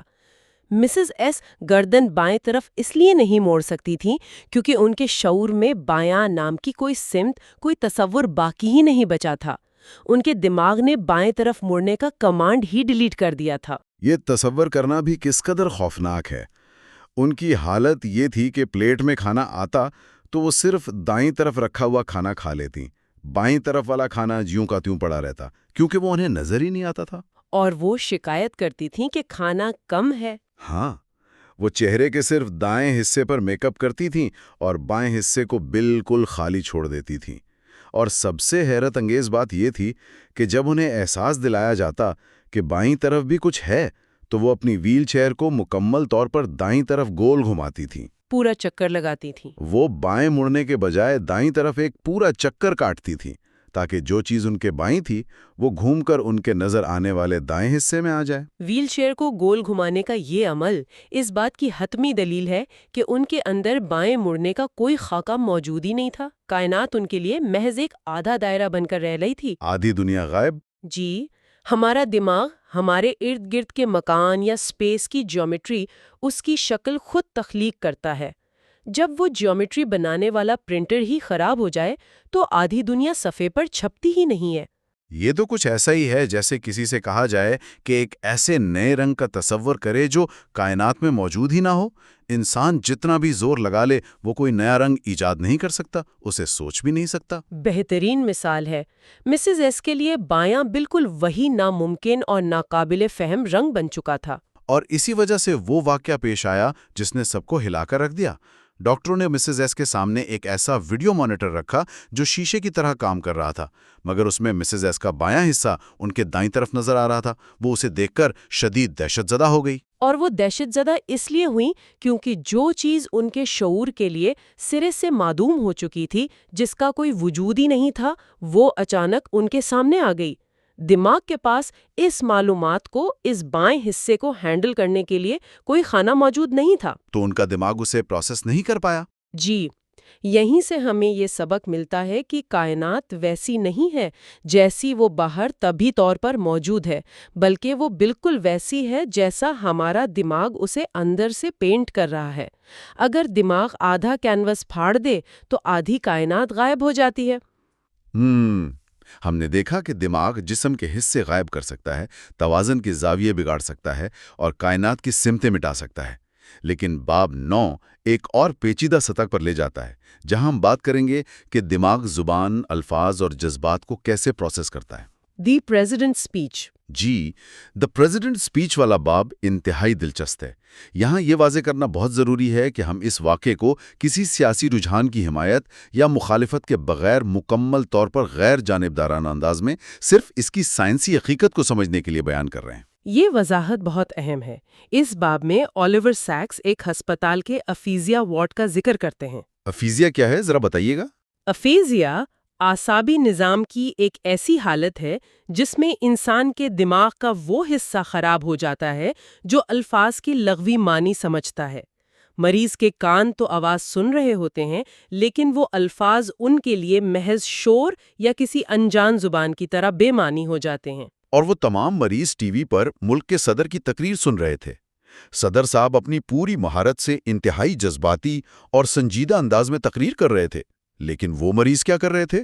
وہ قہقہے لگا رہے تھے، وہ ہنس ہنس کر لوٹ پوٹ ہو رہے تھے جیسے کوئی بہت بڑا مذاق ہو رہا ہو۔ جی، اگر وہ الفاظ ہی نہیں سمجھ پا رہے تھے تو وہ ہنس کس بات پر رہے تھے؟ دیکھیں وہ ہنس اسی لیے رہے تھے کیونکہ دماغ کا بایاں حصہ جو ڈکشنری اور گرامر کا کام کرتا ہے وہ تو خراب ہو چکا تھا، لیکن ان کا دایاں ہیمیسفیئر جو زبان کے اندر چھپے جذبات، لہجے کے اتار چڑھاؤ اور چہرے کے تاثرات کو سمجھتا ہے، جسے فیلنگ ٹون کہتے ہیں، وہ بالکل ٹھیک تھا۔ یعنی وہ جذبات پڑھ رہے تھے؟ بالکل، بلکہ بائیں دماغ کے کام بند کرنے سے دائیں دماغ کی وہ صلاحیتیں غیر معمولی طور پر تیز اور حساس ہو گئی تھیں۔ وہ مریض الفاظ کی چمک دمک میں اس دھوکے میں نہیں آئے کیونکہ الفاظ تو ان تک پہنچ ہی نہیں رہے تھے۔ انہوں نے براہ راست اس تقریر کی باڈی لینگویج، اس کے جھوٹے جذبات اور مصنوعی پن کو پکڑ لیا تھا۔ کمال ہے۔ ان کے لیے وہ تقریر ایک انتہائی بری اور مذاقہ خیز اداکاری سے زیادہ کچھ نہیں تھی۔ اسی لیے کہا جاتا ہے کہ افیزیا کے مریض سے جھوٹ بولنا ممکن ہے۔ آہا، فرض کریں کہ ایک فلم چل رہی ہو اور اس کی آواز یعنی اس کا آڈیو مکمل طور پر بند کر دیا جائے۔ جب ڈائلاگ سنائی نہیں دیتے تو دیکھنے والے کا پورا دھیان اداکاروں کی آنکھوں، ان کے ہاتھوں کی حرکت اور چہرے کے تاثرات پر چلا جاتا ہے۔ بالکل، فوراً پتہ چل جاتا ہے کہ کون سچ میں رو رہا ہے اور کون محض کیمرے کے سامنے اداکاری کر رہا ہے۔ افیزیا کے مریض بھی دنیا کی اس فلم کو اسی طرح میوٹ کر کے دیکھتے ہیں۔ یہ خاموشی انہیں ایک عجیب سی سچائی عطا کرتی ہے۔ لیکن اسی وارڈ میں کہانی کا ایک دوسرا رخ بھی تھا۔ ایک اور مریضہ ایملی ڈی بھی موجود تھیں۔ ان کی حالت افیزیا کے مریضوں سے بالکل الٹ تھی۔ انہیں کیا مسئلہ تھا؟ انہیں ٹولل ایگنوزیا تھا۔ ان کے دماغ کا دایاں حصہ کام نہیں کر رہا تھا، یعنی وہ آواز کے اندر چھپے جذبات، لہجے کی کشش یا طنز کو محسوس کرنے سے مکمل طور پر قاصر تھیں۔ لیکن ان کا بایاں دماغ جو الفاظ کے معنی سمجھتا ہے وہ بالکل درست کام کر رہا تھا۔ ایملی کا رد عمل افیزیا والے مریضوں سے بالکل مختلف تھا۔ جب اس نے صدر کی تقریر سنی تو وہ کہے لگا کر نہیں ہنسی۔ اس نے ایک کٹر نقاد کی طرح اس تقریر کا پوسٹ مارٹم کیا۔ جی، وہ بہت سنجیدہ تھی۔ اس کا کہنا تھا کہ صدر کے الفاظ کا چناؤ انتہائی ناقص ہے، جملوں کی ساخت غلط ہے اور اس پوری تقریر میں کوئی منطق یا دلیل سرے سے موجود ہی نہیں ہے۔ ایملی نے اس تقریر کو جذبات سے خالی کر کے صرف ایک نثر یا پروز کے طور پر پرکھا۔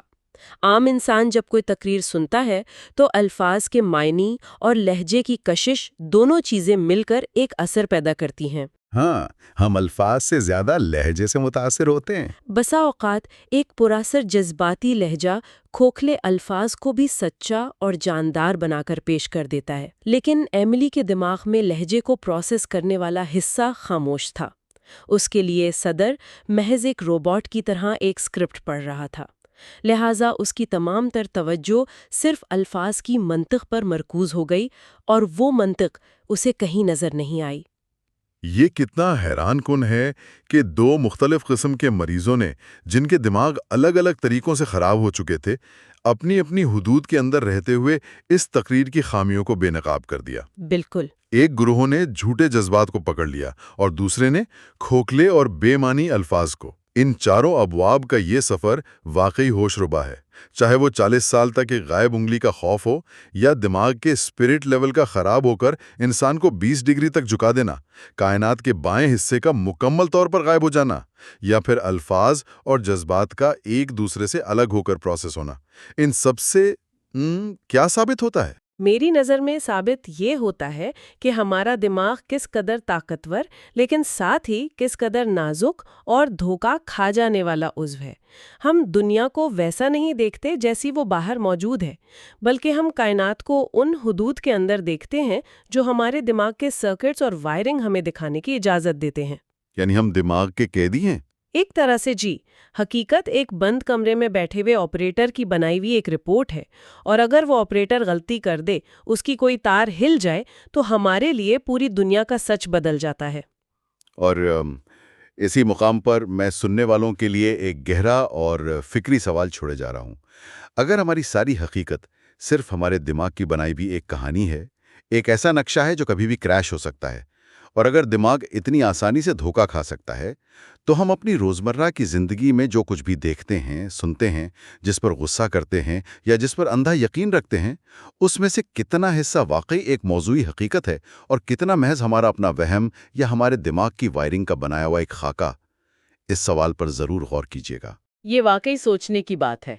اگلے حصے میں ہم ایکسیسز یعنی دماغ کی اضافی سرگرمیوں کے کیسز دیکھیں گے۔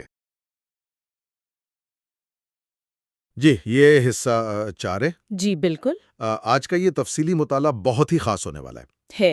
ٹھیک ہے، آئیے اس کو تفصیل سے سمجھتے ہیں۔ عام طور پر جب ہم دماغی بیماریوں کی بات کرتے ہیں نا، تو ہمارے ذہن میں فوراً کسی کمی کا خیال آتا ہے۔ ہاں بالکل، جیسے کسی صلاحیت کا چھن جانا۔ ہاں، جیسے یادداشت کا چلا جانا یا بینائی کا متاثر ہونا۔ لیکن آج ہم اس کا بالکل دوسرا رخ دیکھ رہے ہیں۔ ہم اولیور سیکس کی کتاب کے حصے ایکسیسز یا زیادتیوں پر بات کریں گے۔ ہمارا مشن یہ سمجھنا ہے کہ جب دماغ میں سرگرمی معمول سے زیادہ بڑھ جائے تو کیا ہوتا ہے۔ اور دیکھیں، یہ وہ پہلو ہے جو کلاسیکل نیورولوجی کی حدود کو مکمل طور پر چیلنج کرتا ہے۔ وہ کیسے؟ کیونکہ سائنس کے پاس دماغی افعال کے اس طرح حد سے زیادہ ہو جانے کو، یا کہہ لیں کہ بے قابو ہو جانے کو بیان کرنے کے لیے مناسب الفاظ ہی نہیں ہیں۔ میڈیکل سائنس ہمیشہ ڈیفیسٹ یعنی کمی پر توجہ دیتی آئی ہے۔ صحیح، مطلب ہم یہ تو بتا سکتے ہیں کہ دماغ کا کون سا حصہ خراب ہوا تو کیا ختم ہو گیا۔ بالکل، لیکن جب دماغی کیمیکلز کا سیلاب آ جائے اور افعال اچانک حد سے زیادہ متحرک ہو جائے، تو اس ہائپر حالت کو بیان کرنا بہت مشکل ہے۔ اور اسی بے قابو طوفان کو سمجھنے کے لیے ہم باب 10 کی طرف چلتے ہیں، وٹی ٹکی رے کی کہانی۔ رے کا کیس، یہ واقعی بہت حیران کن ہے۔ ہاں، رے کوئی عام نوجوان نہیں تھا۔ وہ 24 سال کا تھا اور اسے 4 سال کی عمر سے ہی شدید قسم کے ٹوریٹ سنڈروم کا سامنا تھا۔ یعنی اسے شدید ٹکس اور بے قابو حرکات کا سامنا تھا۔ بالکل، اس کا جسم ہر چند سیکنڈ بعد جھٹکے کھاتا تھا، وہ عجیب آوازیں نکالنے پر مجبور تھا۔ لیکن دلچسپ بات یہ تھی کہ وہ ایک شاندار جیز ڈرمر اور پنگ پونگ کا زبردست ماہر تھا۔ یہاں حیران انگیز بات یہ ہے کہ اس کی یہ غیر معمولی مہارت انہی غیر متوقع ٹکس کی وجہ سے تھی۔ واقعی؟ مطلب ایک بیماری اس کی سب سے بڑی طاقت بن گئی؟ بالکل۔ اس کے پیچھے جو بائیولوجیکل میکانزم ہے وہ ڈوپامین نامی کیمیکل کی زیادتی ہے۔ ڈوپامین۔ جی، ٹوریٹ سنڈروم میں دماغ کا وہ حصہ جسے بیسل گینگلیا کہتے ہیں، جو ہماری جبلتوں اور حرکات کو کنٹرول کرتا ہے، وہ ڈوپامین کی زیادتی کی وجہ سے اوور ڈرائیو میں چلا جاتا ہے۔ تو یعنی دماغ مسلسل سگنل دے رہا ہوتا ہے کہ حرکت کرو؟ ہاں، ڈوپامین بنیادی طور پر ایکٹیویشن کا سگنل ہے۔ رے کے دماغ میں یہ اتنی تیزی سے فائر ہو رہے تھے کہ اس کے ارادی اور غیر ارادی افعال کے درمیان کی لکیر مٹ گئی تھی۔ کیا بات ہے! مطلب جب وہ ڈرم بجاتا تو وہ غیر ارادی جھٹکے اس کی میوزک کی ٹائمنگ کا حصہ بن جاتے تھے۔ بالکل، اور ایک ایسا ردھم پیدا ہوتا جو کسی عام پرسکون دماغ والے انسان کے بس کی بات ہی نہیں تھی۔ لیکن پھر رے نے اس کا علاج کروانے کا فیصلہ کیا اور اسے ہیلڈول نامی دوا دی گئی۔ ہاں، ہیلڈول کا کام دماغ میں ان ریسپٹرز کو بلاک کرنا ہے جو ڈوپامین وصول کرتے ہیں۔ تو اس نے کام کیا؟ جی، دوا نے بالکل اپنا کام کیا۔ رے کے ٹکس ختم ہو گئے، وہ پرسکون ہو گیا۔ لیکن مسئلہ یہ ہوا کہ اس کی میوزک کی تخلیقی صلاحیت، اس کی پھرتی اور جوش بھی چھن گیا۔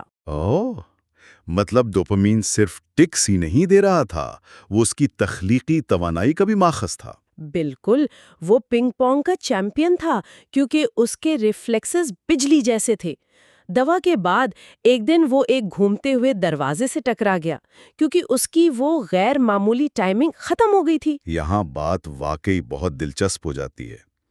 یہ تو ایسا ہے جیسے کسی تیز رفتار اسپورٹس کار کے بریک ٹھیک کرنے کے لیے اس کا انجن ہی نکال دیا جائے۔ یہ تشبیہ بالکل درست ہے۔ مسئلہ تو حل ہو گیا مگر کار کی اصل پہچان ہی ختم ہو گئی۔ ہاں، اور رے نے خود کہا تھا نا کہ میں صرف ٹیکس پر مشتمل ہوں، اس کے علاوہ میرا کوئی وجود نہیں۔ کیا یہ ظاہر نہیں کرتا کہ بیماری اس کی مکمل شناخت بن چکی تھی؟ ہاں، جب آپ کا نروس سسٹم بچپن سے ایک ہائپر حالت کا عادی ہو تو آپ کا دماغ اسی کے گرد اپنی دنیا بنا لیتا ہے۔ تو اس نے کیا کیا؟ اس کا حل بھی تو بڑا عجیب تھا۔ جی، اس نے ایک درمیانی راستہ نکالا۔ وہ ہفتے کے 5 دن دوا لیتا تاکہ ایک سنجیدہ اور عام شہری بن کر کام کر سکے۔ اور ویکنڈ پر؟ ویکینڈ پر وہ دوا چھوڑ دیتا تاکہ دوبارہ وٹی ٹکی رے بن کر ڈرم بجا سکے۔ واہ، ایک بہترین سمجھوتا۔ خیر، رے کی کہانی سے یہ تو ثابت ہوتا ہے کہ بیماری کبھی کبھار ایک عجیب سی تخلیقی آزادی بھی دے سکتی ہے۔ بالکل دے سکتی ہے، اور اسی خیال کو ہم آگے بھی دیکھتے ہیں۔ ہاں، اسی سے ہم باب 11 کی طرف آتے ہیں، کیوپڈز ڈیزیز اور بیماری میں تخلیق۔ مسز کے کی مثال بہت اہم ہے اس حوالے سے۔ جی، وہ 90 سال کی بزرگ خاتون تھیں۔ انہیں اچانک اپنے اندر ایک زبردست توانائی اور عجیب سی بے باکی محسوس ہونے لگی، اور یہ نیوروسفلس نامی بیماری کا نتیجہ تھا۔ جسے کیوپڈز ڈیزیز بھی کہتے ہیں۔ انہوں نے اس بیماری کا علاج کروانے کے باوجود اس کے پرجوش اثرات کو برقرار رکھنے کی خواہی ظاہر کی۔ ایسا کیوں؟ کیونکہ نیوروسفلس میں بیکٹیریا دماغ کے فرنٹل لوبز پر حملہ کرتے ہیں۔ یہ وہ حصے ہیں جو ہمارے سماجی رویوں کو کنٹرول کرتے ہیں۔ یعنی ہمیں بتاتے ہیں کہ کیا کرنا چاہیے اور کیا نہیں۔ تو انسان کو ایک عجیب سی سرشاری اور آزادی محسوس ہوتی ہے۔ جی، دماغ کی وہ بریکیں جو ہمیں محتاط رکھتی ہیں ڈھیلی پڑ جاتی ہیں، اور خوش قسمتی سے مسز کے کیس میں پینسلین سے جراثیم تو مر گئے مگر وہ پرجوش حالت برقرار رہی۔ لیکن ہر کہانی اتنی خوشگوار نہیں ہوتی نا۔ میگویل او کی مثال بھی تو ہے ہمارے پاس۔ ہاں، میکویل کی بیماری کا وہ انتہائی جوش والا یا مینک دور بہت مختلف تھا۔ جب اس نے ایک عام سے دائرے اور کراس کو دیکھ کر ایک کھلے ڈبے اور پھر پتنگ اڑاتے ہوئے لڑکی کی شاندار ڈرائنگ بنا ڈالی۔ اگر ہم اسے وسیع تناظر میں دیکھیں نا تو میکویل کا دماغ اس وقت چیزوں کو سادگی سے پروسیس ہی نہیں کر پا رہا تھا۔ مطلب خیالات کا اتنا سیلاب تھا کہ ہر لکیر ایک کہانی بن رہی تھی۔ بالکل، لیکن جب اسے دوا دے کر پرسکون کیا گیا تو اس کی ڈرائنگ دوبارہ ایک بے جان دائرے تک محدود ہو گئی۔ اور اس نے کہا تھا کہ مجھے اب چیزیں زندہ محسوس نہیں ہوتی۔ ہاں، دوائیوں نے کیمیکلز کا سیلاب تو روک دیا لیکن اس کی دنیا سے رنگ بھی چھین لیا۔ تو یعنی ان صورتوں میں انسان کا اپنی حرکات اور خیالات پر مکمل کنٹرول تو نہیں ہوتا، لیکن یہ جو لیک آف کنٹرول ہے یہ انہیں ایک نئی دنیا سے متعارف کرواتا ہے۔ بالکل درست، کبھی کبھی کنٹرول کھونا ہی تخلیق کا باعث بنتا ہے۔ لیکن کیا ہو اگر دماغ کی یہ زیادتی ایک بہت بڑے نقصان کو یعنی یادداشت کے مکمل خاتمے کو چھپانے کے لیے استعمال ہو رہی ہو؟ یہ باب 12 کا موضوع ہے، شناخت کا مسئلہ۔ جی، ولیم تھامسن کی کہانی یہ بہت ہی ہولناک کیس ہے۔ ایک سابقہ دکاندار جو شدید کورساکوف سنڈروم کا شکار تھا، اور اس کی یادداشت صرف چند سیکنڈز تک محدود رہ گئی تھی۔ بالکل، اور جب اس کے سامنے کوئی آتا تو وہ سیکنڈوں میں اس شخص کی نئی شناخت بنا لیتا، کبھی اسے گائک سمجھتا، کبھی کسائی اور کبھی میکینک، یہاں تک کہ سگمنڈ فرائیڈ بھی کہہ دیتا تھا۔ ہاں، تو اس سب کا اصل مطلب کیا ہے؟ یہ تو ایسا ہے جیسے کسی فلم ڈائریکٹر کے فلم کا اصل سکرپٹ گم ہو گیا ہو اور اب وہ کیمرے کے سامنے کھڑے ہو کر ہر سیکنڈ ایک نئی کہانی گھڑ رہا ہو تاکہ فلم چلتی رہے۔ واہ، یہ تشبیہ بہت شاندار ہے۔ تھامسن کے لیے دراصل یہ کوئی فریب نہیں تھا بلکہ یہی اس کی حقیقت تھی۔ مطلب اس کا دماغ اس یادداشت کے خلا کو بھرنے کے لیے مسلسل کہانیاں گھڑ رہا تھا۔ بالکل، اسے سائنس میں کنفیوبولیشن کہتے ہیں۔ دماغ خلا یا اندھیرے کو برداشت نہیں کر سکتا تو وہ دنیا کو اپنے لیے بامانی بنانے کی بے قابو کوشش کرتا ہے۔ تو وہ ایک سیکنڈ بھی پرسکون نہیں رہ سکتا تھا۔ فلسفی ڈیوڈ ہیوم کا حوالہ یہاں بہت فٹ بیٹھتا ہے۔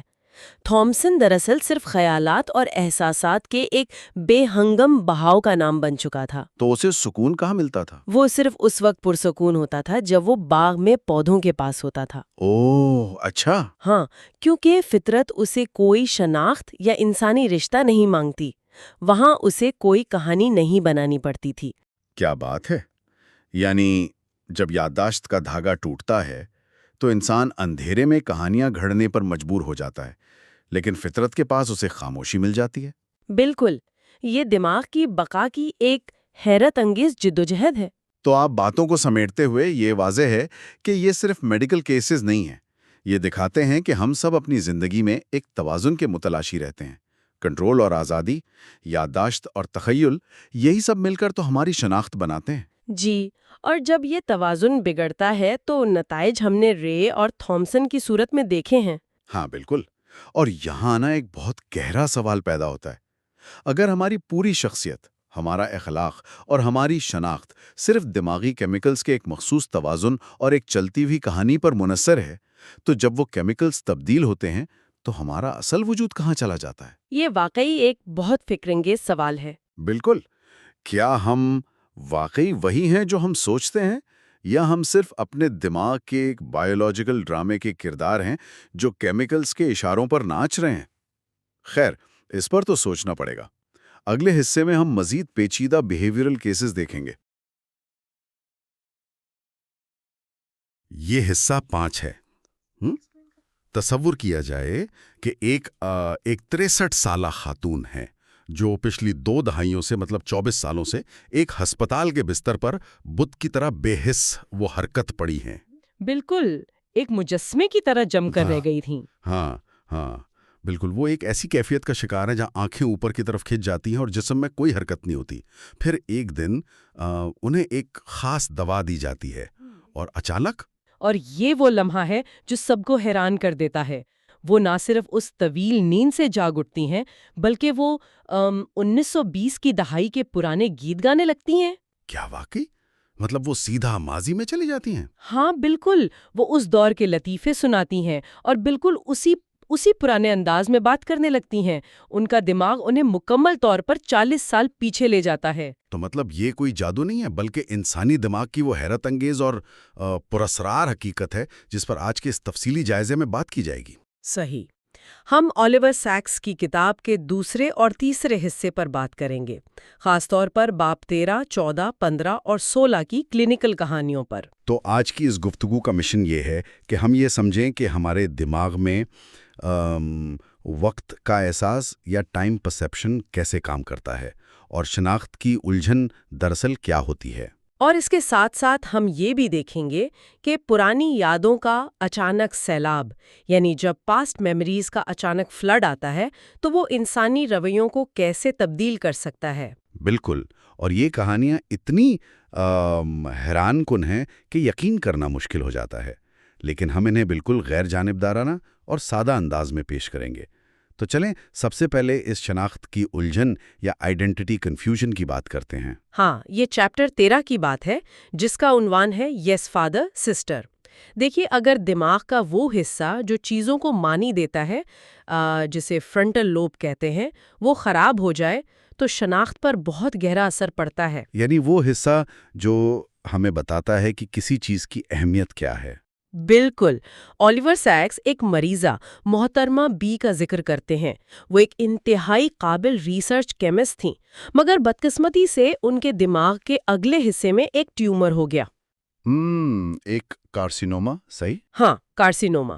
اب حیرت کی بات یہ تھی کہ اس ٹیومر نے ان کی ذہانت یا یادداشت کو ختم نہیں کیا، بلکہ ان کے رویے میں ایک عجیب سی لاپرواہی آ گئی۔ لاپرواہی؟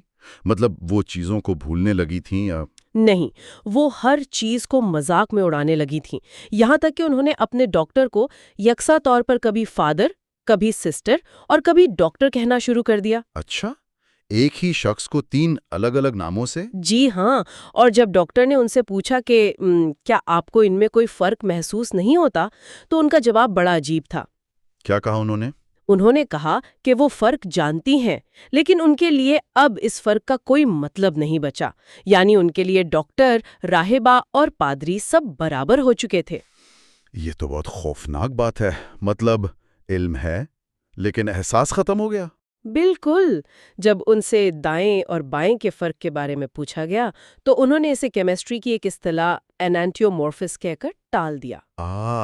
انانیومورفس، یہ وہ چیزیں ہوتی ہیں نا جو ایک دوسرے کا عکس ہوتی ہیں مگر برابر ہوتی ہیں؟ ہاں بالکل وہی، ان کے لیے دنیا کی ہر چیز، ہر رشتہ برابر یا ایکولائز ہو چکا تھا۔ یہ آئیڈینٹی کنفیوژن کی ایک انتہائی شکل ہے جہاں دنیا سے جذبات اور معنی مکمل طور پر غائب ہو جاتے ہیں۔ تو یعنی انسان کے اندر موجود جو ایک شخصیت ہوتی ہے وہ ختم ہو جاتی ہے؟ 100%، کیونکہ ہماری شخصیت صرف معلومات کا نام تو نہیں ہے نا۔ بالکل۔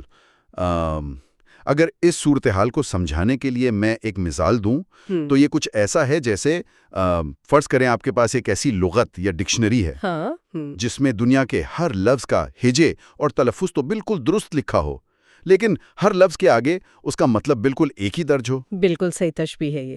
مطلب تکنیکی طور پر تو کتاب مکمل ہے، اس میں سارے الفاظ موجود ہیں، لیکن استعمال کے لیے وہ مکمل طور پر بیکار ہے۔ جذبات کے بغیر معلومات کا واقعی کوئی فائدہ نہیں۔ بالکل، محترمہ بی کے کیس میں جذبات اور معنی کی مکمل کمی تھی۔ وہ ڈکشنری تو تھی ان کے پاس، لیکن سارے الفاظ کے معنی ایک ہو چکے تھے۔ تو یہ تو وہ صورتحال ہو گئی جہاں دماغ میں کچھ کم ہو گیا ہے۔ لیکن کیا ہو اگر اس کے بالکل الٹ ہو جائے؟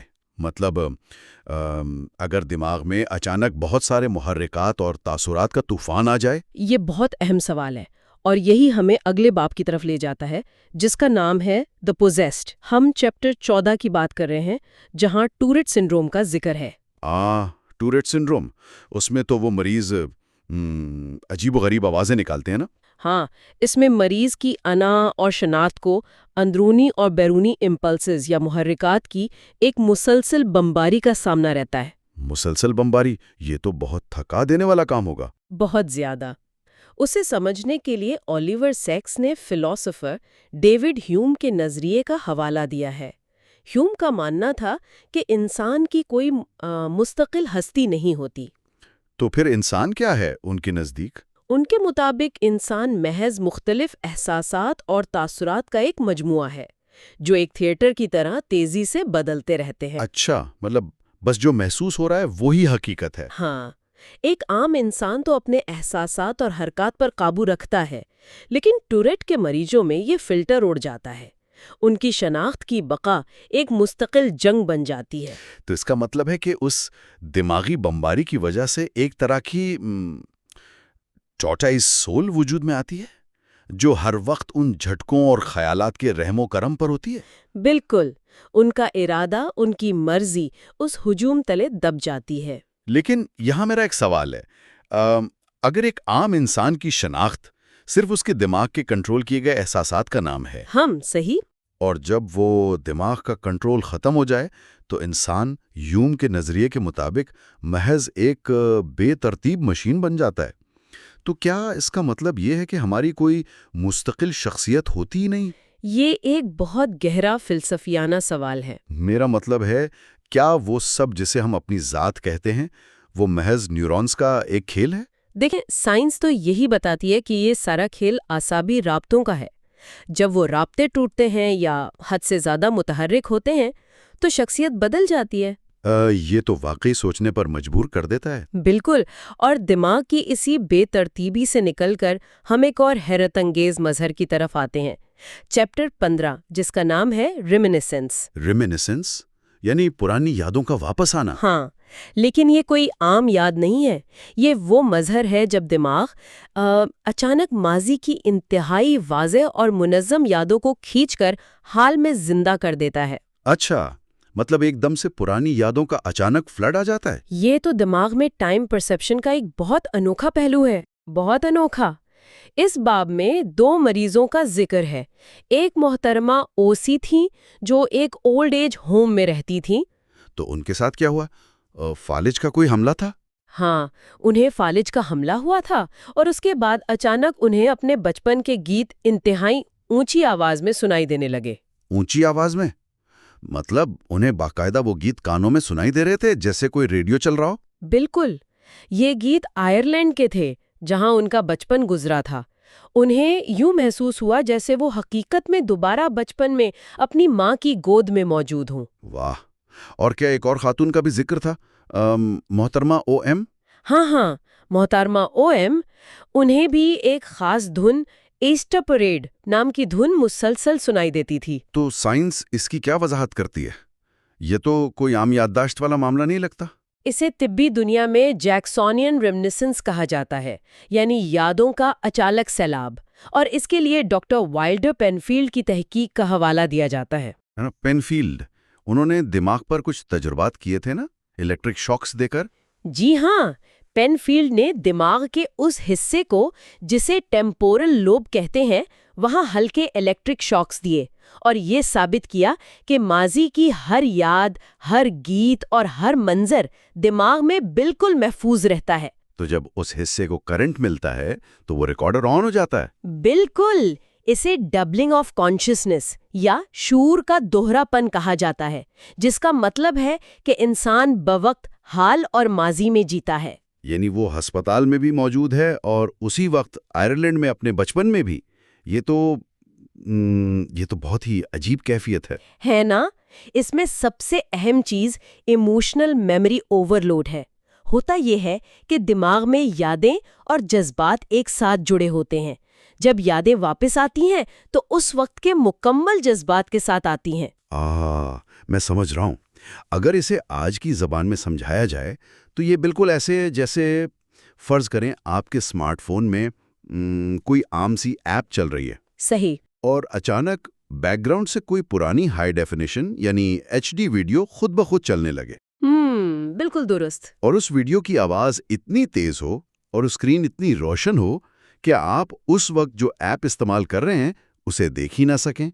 انسان کا شعور اس پرانی ویڈیو میں گم ہو جاتا ہے۔ یہ ایک بہترین مثال ہے۔ حال کی ایپ چل رہی ہے لیکن ماضی کی HD ویڈیو اتنی حاوی ہے کہ انسان دونوں کو بے وقت محسوس کر رہا ہے۔ تو الیکٹرک شاکس یا فالج کے ذریعے یادوں کے واپس آنے کے بعد اب ہم اس گفتگو کے سب سے پراسرار حصے کی طرف چلتے ہیں، چیپٹر 16، انکانٹیننٹ نوسٹالجیا۔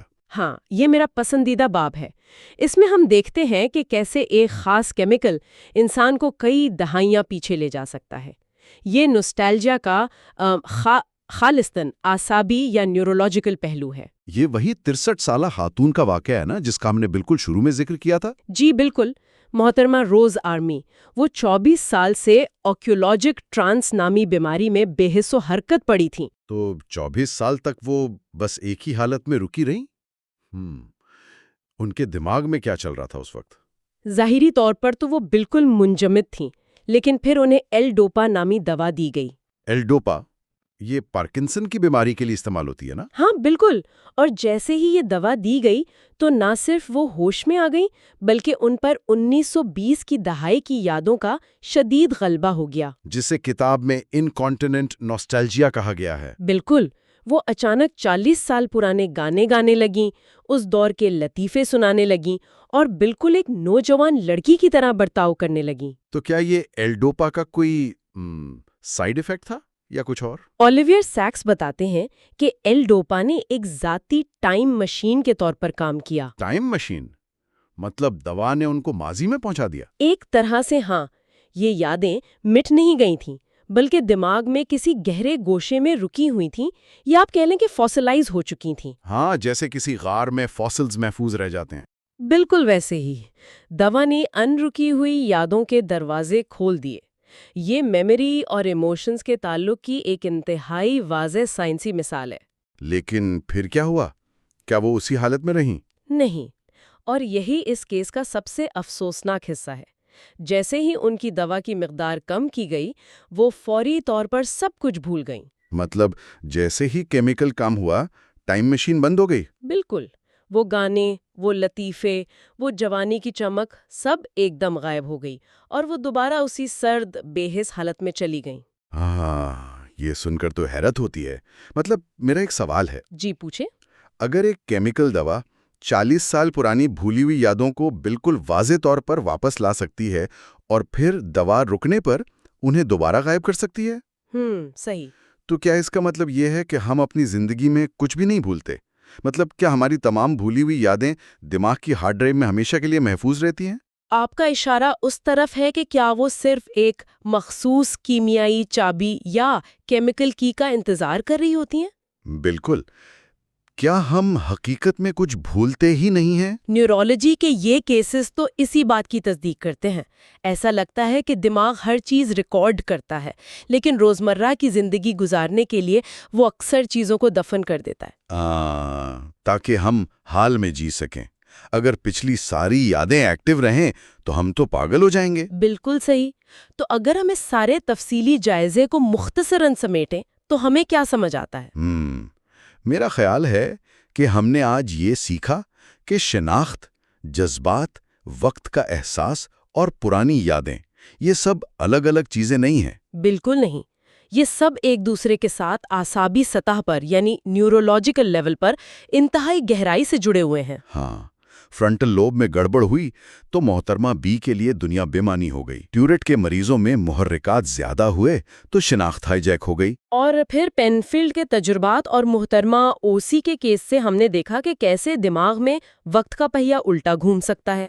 اور آخر میں ایل ڈوپا والی ٹائم مشین، مطلب جذبات کے بغیر یادداشت ادھوری ہے اور یادداشت کے بغیر ہماری شناخت کچھ بھی نہیں. بالکل جامع خلاصہ کیا ہے آپ نے. یہ سب ایک ہی نظام کے مختلف پہلو ہیں. ان تمام ذرائع اور کہانیوں پر بات کرنے کے بعد میرے ذہن میں ایک آخری خیال آ رہا ہے جو تھوڑا خوفناک بھی ہے اور سوچنے پر مجبور بھی کرتا ہے. اچھا، کیا خیال ہے وہ؟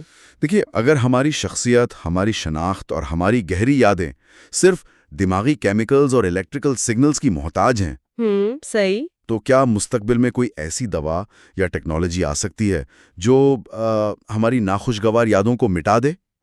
یہ تو سائنس فکشن جیسا لگ رہا ہے. بالکل، لیکن ذرا سوچیں، یا اگر کوئی ٹیکنالوجی کسی اور کی یادیں ہمارے دماغ میں ٹرانسفر کر دے؟ یہ ایک ایسا سوال ہے جو ہمیں سوچنے پہ مجبور کرتا ہے کہ انسان اور مشین میں آخر فرق کہاں رہ جاتا ہے. واقعی یہ ایک انتہائی فکر انگیز سوال ہے جس پر سائنسدان آج بھی بحث کر رہے ہیں. اگلے حصے میں ہم آخری سیکشن اور سادہ ذہن کی دنیا کو سمجھیں گے.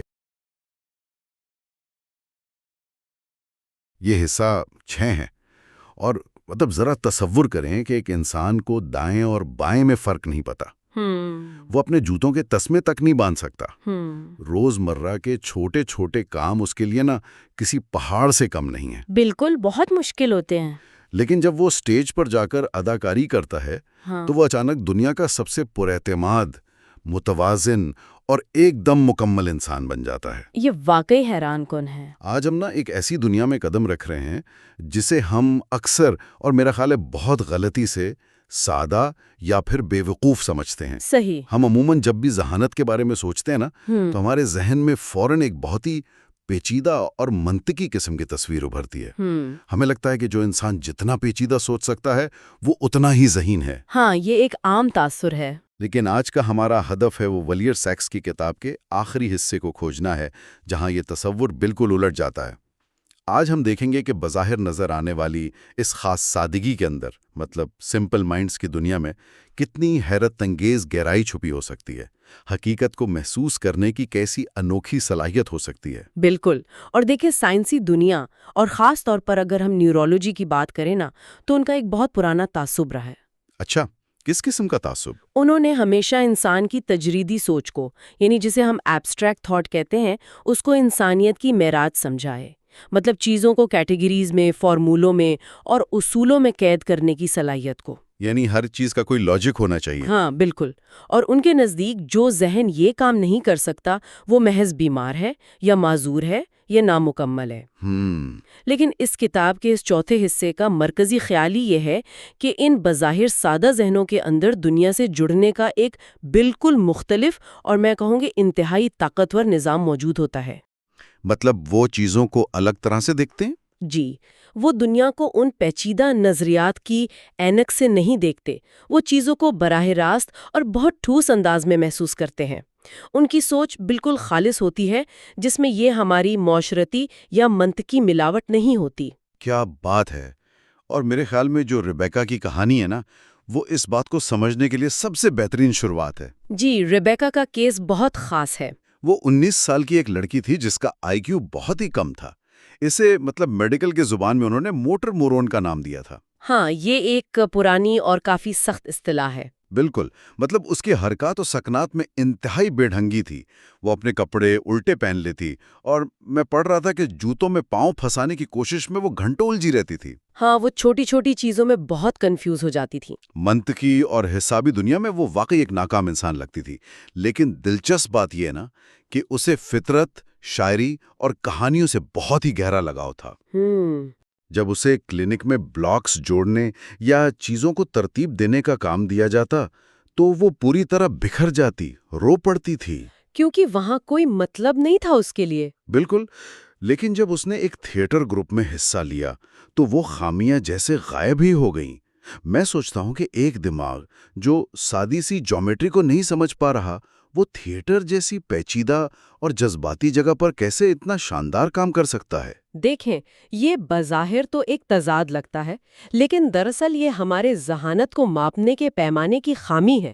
اچھا، وہ کیسے؟ مشہور ماہر نفسیات جیروم برونر کا ایک نظریہ ہے کہ انسانی ذہن بنیادی طور پر 2 طریقوں سے کام کرتا ہے۔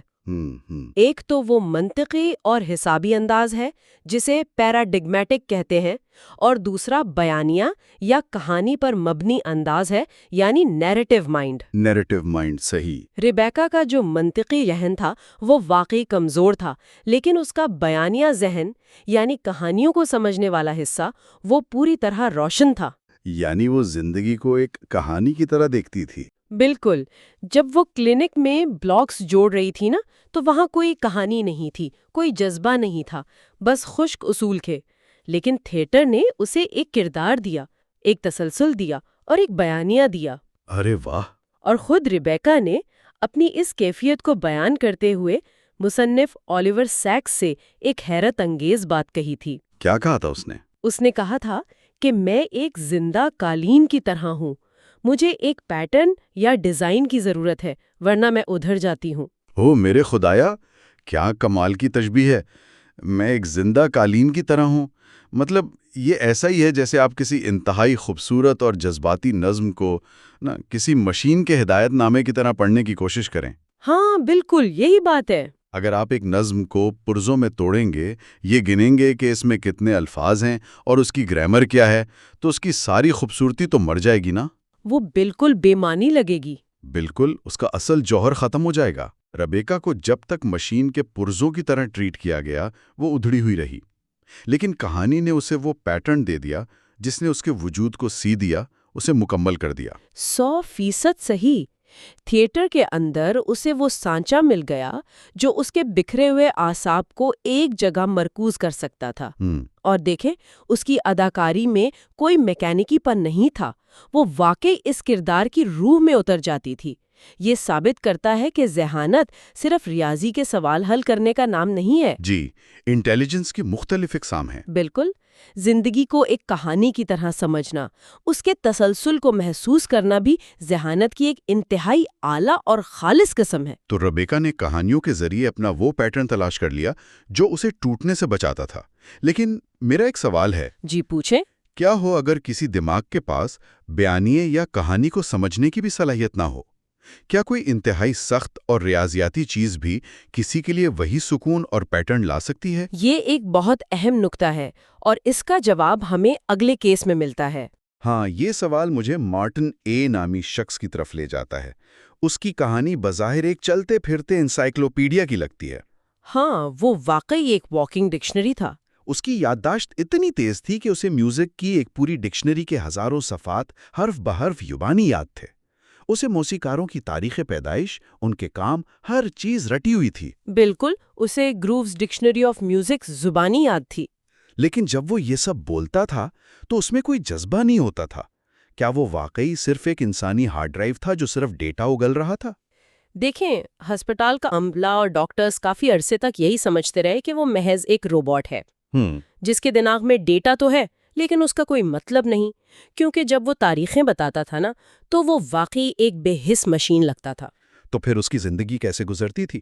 اس کی زندگی کا زیادہ تر حصہ ایک عجیب اور بعض اوقات کافی پریشان کن شخص کے طور پر گزرا، لیکن اولیور سیکس نے اس کے اندر ایک دوسری دنیا دریافت کی۔ وہ کیا تھی؟ جب مارٹن چرچ کے کوائر میں باخ کی موسیقی گاتا تھا تو اس میں ایک جادوئی تبدیلی آتی تھی۔ باخ کی موسیقی؟ جی، اس کی تمام بیماریاں، اس کی بے چینی اور وہ عجیب حرکتیں سب ایک دم ختم ہو جاتی تھیں۔ وہ موسیقی گاتے وقت کوئی مشین نہیں رہتا تھا بلکہ ایک انتہائی باشعور انسان بن جاتا تھا۔ لیکن موسیقی ہی کیوں؟ اگر وہ صرف حقائق رٹنے والی مشین تھا تو موسیقی نے اس کے اندر ایسا کیا جگا دیا جو ڈکشنری کے صفحات نہیں جگا سکے؟ یہ بہت زبردست سوال ہے۔ مطلب موسیقی گاتے ہوئے وہ آخر کس چیز کا حصہ بن رہا تھا؟ دیکھیں، باخ کی جو موسیقی ہے وہ صرف جذباتی دھنیں نہیں ہے، اس کا ایک بہت گہرا، وسیع اور ایک طرح کا ریاضیاتی ڈھانچہ ہوتا ہے جسے موسیقی کے زبان میں ہم کاؤنٹر پوائنٹ کہتے ہیں۔ اچھا۔ مارٹن اس موسیقی کو ایک حساب کے طور پر نہیں گنتا تھا بلکہ وہ اس کی ہم آہنگی کو محسوس کرتا تھا۔ یعنی وہ اس سٹرکچر کو محسوس کر رہا تھا؟ بالکل، حقائق اور تاریخیں تو بکھری ہوئی چیزیں ہیں نا، ان میں کوئی اندرونی روح نہیں ہے، لیکن باخ کی موسیقی اس سے دنیا کی حتمی ہم آہنگی کے ساتھ ایک بہت ہی ٹھوس تعلق فراہم کرتی تھی۔ واہ! جب وہ گاتا تھا تو وہ اس وسیع تر تعمیراتی ڈھانچے کا حصہ بن جاتا تھا۔ اس کے لیے موسیقی ایک ایسا گھر تھا جہاں اس کی بکھری ہوئی روح کو ایک ترتیب مل جاتی تھی۔ اس لمحے وہ کوئی معذور انسان نہیں تھا بلکہ ایک مکمل فنکار تھا۔ یہ بات کس قدر حیران کن ہے نا کہ موسیقی کی یہ ہم آہنگی ایک بکھرے ہوئے ذہن کو ایک نقطے پر لا کر کیسے مکمل کر دیتی ہے۔ واقعی۔ اور موسیقی کی اس ہم آہنگی سے نکل کر ہم اب ایک اور پراسرار دنیا کی طرف بڑھتے ہیں جہاں ہم آہنگی آوازوں کی نہیں بلکہ اعداد کی ہے، نمبرز کی۔ اوہ ہاں، دی ٹوئنز۔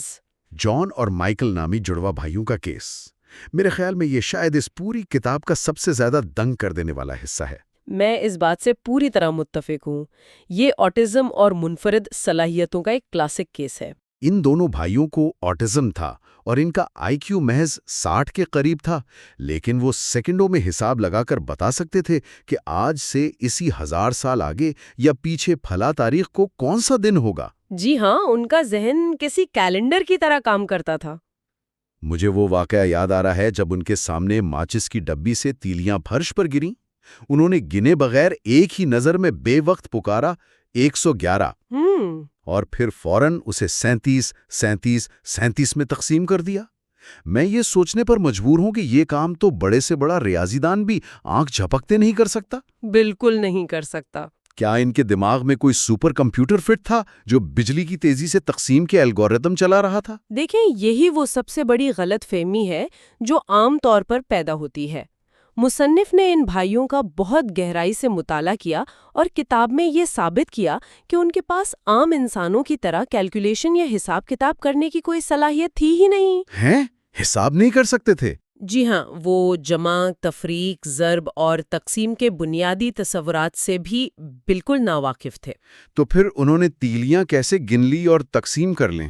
وہ تیلیاں گننے کے بعد تقسیم نہیں کر رہے تھے اور نہ ہی کسی کیلکولیٹر کی طرح کام کر رہے تھے۔ دراصل وہ اعداد کو ایک بصری شکل میں دیکھتے تھے۔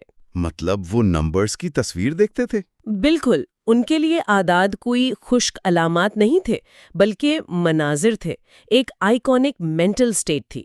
جب انہوں نے 111 تیلیاں گرتی دیکھیں تو انہوں نے ان کی گنتی نہیں کی بلکہ انہوں نے 111 پن کی شکل کو ویسے ہی پہچان لیا جیسے ہم کسی دوست کے چہرے کو پہچان لیتے ہیں۔ یہ کتنا ناقابل یقین ہے۔ مطلب جیسے جب ہم کسی جانے پہچانے شخص کا چہرہ دیکھتے ہیں تو ہم اس کی آنکھوں کے درمیانی فاصلے کو انچ ٹیپ سے تو نہیں ناپتے نا؟ بالکل صحیح مثال دی آپ نے۔ ہم بس اسے ایک لمحے میں پہچان لیتے ہیں۔ تو یہ دونوں بھائی اعداد کو ایک منظر یا لینڈسکیپ کی طرح دیکھتے تھے، پیٹرن ریکگنیشن۔ جی، یہ پیٹرن ریکگنیشن کی انتہائی خالص شکل تھی۔ ایک کونے میں بیٹھ کر 6، 9 اور پھر 20 ہندسوں والے پرائم نمبرز کا آپس میں تبادلہ کرتے تھے۔ جی، وہ ایک نمبر بولتے، دوسرا مسکراتا، اس نمبر کو محسوس کرتا اور پھر جواب میں ایک اور پرائم نمبر بولتا۔ ایسا لگتا تھا جیسے وہ پرائم نمبرز کا ذائقہ چکھ رہے ہوں۔ لیکن میرا سوال یہ ہے کہ پرائم نمبرز ہی کیوں؟ آٹزم کا شکار ایک ذہن کسی اور چیز کے بجائے ان مخصوص اعداد میں کیا تلاش کر رہا تھا؟ دیکھیں، اس کی وجہ پرائم نمبرز کی خاصیت میں چھپی ہے۔ پرائم نمبرز وہ اعداد ہوتے ہیں جو صرف اپنے آپ پر اور ایک پر تقسیم ہوتے ہیں۔ صحیح۔ یہ ریاضی کی دنیا میں انتہائی خالص، نہ بدلنے والے اور غیر منقسم اکائیاں ہیں۔ ان جڑوا بھائیوں کے لیے جو بیرونی دنیا تھی اور خاص طور پر انسانی معاشرہ، وہ انتہائی پیچیدہ، بے ہنگم اور ناقابل فہم تھا۔ کیونکہ انہیں آٹزم تھا اور دنیا ان کے لیے کنفیوزنگ تھی۔ بالکل، وہ لوگوں کے رویوں کو نہیں سمجھ سکتے تھے۔ اس افراتفری کے درمیان یہ پرائم نمبرز ان کے لیے ایک محفوظ پناہ گاہ تھے، ایک ایسا نخلستان جہاں قوانین کبھی نہیں بدلتے، جہاں ہر چیز کی ایک مستقل اور ٹھوس شکل ہے۔ واہ! ان اعداد کی دنیا میں کوئی دھوکہ نہیں تھا، کوئی ابہام نہیں تھا۔ وہ ان اعداد کی خوبصورتی اور ان کی ابدی سچائی سے اس طرح لطف اندوز ہوتے تھے جیسے کوئی ماہر فن کسی عظیم پینٹنگ کو دیکھ کر ہوتا ہے۔ جی، لیکن پھر ایک انتہائی افسوسناک موڑ آتا ہے اس کہانی میں۔ ان کی اس پراسرار اور خوبصورت صلاحیت کا انجام کیا ہوا؟ ہاں، یہ بہت دکھ کی بات ہے۔ ماہرین نے فیصلہ کیا کہ انہیں معاشرے کا ایک کارآمد اور خود کفیل حصہ بننا چاہیے۔ انہیں الگ کر دیا گیا، مختلف جگہوں پر معمولی کاموں پر لگا دیا گیا۔ جی، اولیور سیکس کتاب میں اس علیحدگی کے نتائج بہت تلخ انداز میں پیش کرتے ہیں۔ کیا لکھتے ہیں وہ؟ وہ بتاتے ہیں کہ ڈاکٹروں کا ارادہ انہیں نام نہاد نارمل بنانا تھا، لیکن جب انہیں الگ کیا گیا اور ایک نئی روٹین کا پابند بنایا گیا تو ان کی وہ منفرد صلاحیت ہمیشہ کے لیے ختم ہو گئی۔ اوہو! کتاب واضح کرتی ہے کہ اس بہتری کی قیمت ان کی زندگی کے واحد مرکز، ان کی سب سے بڑی خوشی اور دنیا کے ساتھ ان کے واحد تعلق کے چھن جانے کی صورت میں نکلی۔ یعنی ہم نے انہیں نارمل بنانے کے چکر میں ان کا سب کچھ چھین لیا؟ جی، مصنف کے مطابق وہ معاشرے کے معیار پر تو شاید تھوڑے بہت پورے اترنے لگے، لیکن اندر سے ان کی وہ جادوئی دنیا اجڑ گئی۔ یہ سن کر واقعی ایک دکھ کا احساس ہوتا ہے کہ ہم اپنے نارمل ہونے کے خواب میں کیسی نایاب چیزوں کو کچل دیتے ہیں۔ بالکل۔ خیر، اعداد کے ان مناظر سے نکل کر اب ہم بصری فن یعنی ویژول آرٹ کی طرف چلتے ہیں، جو ہمیں جوزے کے کیس میں ملتا ہے۔ ہاں، جوزے دا آرٹسٹ۔ 21 سالہ جوزے، جسے آٹزم تھا اور دورے بھی پڑتے تھے، وہ عام لوگوں کی طرح بات چیت کرنے سے بھی قاصر تھا۔ جی، اسے بولنے میں بہت دشواری تھی۔ لیکن جب اولیور سیکس نے اسے اپنی جیبی گھڑی دی تو جوزے نے اس گھڑی کی جو تصویر بنائی نا، وہ محض ایک فوٹو کاپی نہیں تھی۔ نہیں، اس میں بہت کچھ اور تھا۔ اس نے اس کے پٹے اور ڈائل کو اس طرح بنایا جیسے وہ کوئی کردار ہو۔ اس نے بعد میں مچھلی بنائی تو وہ کسی پریوں کی کہانی کی مچھلی لگتی تھی، جس میں ایک خاص قسم کا مزاح اور زندگی تھی۔ میں نے تو ہمیشہ یہی سنا ہے نا کہ آٹزم ایک انسان کو ایک الگ تھلگ جزیرے کی طرح بنا دیتا ہے، جس کا بیرونی دنیا سے کوئی رابطہ نہیں ہوتا۔ ہاں، یہ ایک عام سوچ ہے۔ تو پھر ایک تنہا انسان کے اندر اتنا جاندار تخیل کیسے پنپ سکتا ہے؟ وہ چیزوں کو اتنی گہرائی اور زندگی کے ساتھ کیسے دیکھ سکتا ہے جبکہ وہ اپنے ساتھ بیٹھے انسان سے بات بھی نہیں کر سکتا؟ دیکھیں، یہ اس باب کا اور میرے خیال میں پوری کتاب کا سب سے طاقتور اور اہم تصور ہے۔ اچھا، وہ کیا؟ مصنف اس کی وضاحت کرتے ہوئے دو طرح کے رابطوں کا ذکر کرتے ہیں۔ ایک ہے معاشرتی رابطہ، جسے ہاریزونٹل کنیکشن کہتے ہیں اور جسے ہم عام انسان استعمال کرتے ہیں۔ ٹھیک ہے۔ ہم لوگوں سے ملتے ہیں، ان کے رویے کاپی کرتے ہیں، رسم و رواج سیکھتے ہیں۔ جوزے کا یہ جو ہاریزونٹل رابطہ تھا وہ بالکل کٹا ہوا تھا۔ معاشرے سے کٹا ہوا تھا۔ جی، لیکن اس معاشرتی کٹاؤ کا ایک حیرت انگیز فائدہ یہ ہوا کہ اس کا حقیقت کے ساتھ براہ راست اور خالص رابطہ، جسے کتاب میں ورٹیکل کنیکشن کہا گیا ہے، وہ انتہائی مضبوط ہو گیا۔ Vertical connection. بالکل، چونکہ وہ معاشرتی توقعات، دوسروں کی آراء اور ثقافتی فلٹرز کی ان الجھنوں سے آزاد تھا، اس لیے وہ کسی بھی چیز کو اس کی انتہائی خالص شکل میں دیکھ سکتا تھا۔ یعنی اس کا ویژن دھندلا نہیں تھا۔ ہم جب ایک گھڑی کو دیکھتے ہیں تو شاید ہم اس کی قیمت، اس کے برانڈ یا پھر وقت کی کمی کے بارے میں سوچتے ہیں۔ جی، ہمارے ذہن میں 100 اور چیزیں ہوتی ہیں۔ لیکن جوزے صرف اس گھڑی کے وجود، اس کی ساخت اور اس کی خالص ہستی کو دیکھ رہا تھا۔ Artistic perception. بالکل صحیح سمجھا آپ نے. میڈیکل لٹریچر اکثر ایسے افراد کی صلاحیتوں کو محض نقل کرنے کی یعنی کاپی کرنے کی ایک مشینی صلاحیت قرار دے کر مسترد کر دیتا تھا. بس دیکھ کر بنا لیا. ہاں، لیکن جوزے کی ڈرائنگز اس بات کا ثبوت تھیں کہ اس کے اندر ایک مکمل فنکار کا تخیل موجود تھا. وہ چیزوں کی اصل روح تک پہنچنے کی صلاحیت رکھتا تھا. واہ. وہ گھڑی یا مچھلی کو صرف دیکھ نہیں رہا تھا بلکہ وہ ان کی ہستی کے ساتھ ایک گہرا تعلق قائم کر رہا تھا. یہ اس بات کو پوری طاقت سے ثابت کرتا ہے کہ آٹزم کا شکار ذہن اگرچہ ایک الگ فریکوینسی پر کام کرتا ہے لیکن وہ انتہائی شاندار اور تخلیقی اگرا کا مالک ہو سکتا ہے. سبحان اللہ. اب اگر ہم ذرا کیمرے کو زوم آؤٹ کریں نا اور ان تمام کہانیوں کو ایک ساتھ رکھ کر دیکھیں. ہم نے ریبیکا کی کہانی دیکھی جسے تھیٹر اور کہانی نے ٹوٹنے سے بچایا، مارٹن جسے باخ کی میوزک نے ترتیب دی، جڑواں بھائی جنہیں پرائم نمبرز نے ایک محفوظ پناگہ دی، اور جوزے جس کا آرٹ اس کی زبان اور تخیل بن گیا. بالکل، ہم نے مختلف قسم کی ذہانتیں دیکھیں. اس سے پہلے کی ایک ساتھ میں ہم نے ڈاکٹر پی کا کیس بھی ڈسکس کیا تھا، جنہوں نے اپنی بیوی کو ہیٹ سمجھ لیا تھا، اور جیمی جی جن کی یادداشت مکمل طور پر چلی گئی تھی. جی ہاں، پچھلے چیپٹرز میں یہ تمام منفرد اور بظاہر نامکمل لوگ ہمیں انسانی دماغ، یادداشت اور ہماری جو شناخت ہے اس کے بارے میں کیا بتاتے ہیں؟ اس پوری کتاب کا نچوڑ کیا ہے؟ دیکھیں، مصنف اولیور سیکس نے ان تمام مشاہدات کے ذریعے طب کی دنیا کے سامنے ایک بہت بڑا سوالیہ نشان کھڑا کیا ہے. کیسا سوالیہ نشان؟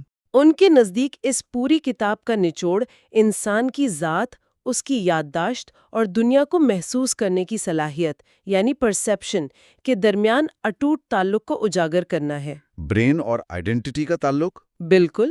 روایتی طب صرف بیماری کو دیکھتی ہے، ڈیفیسٹ کو دیکھتی ہے.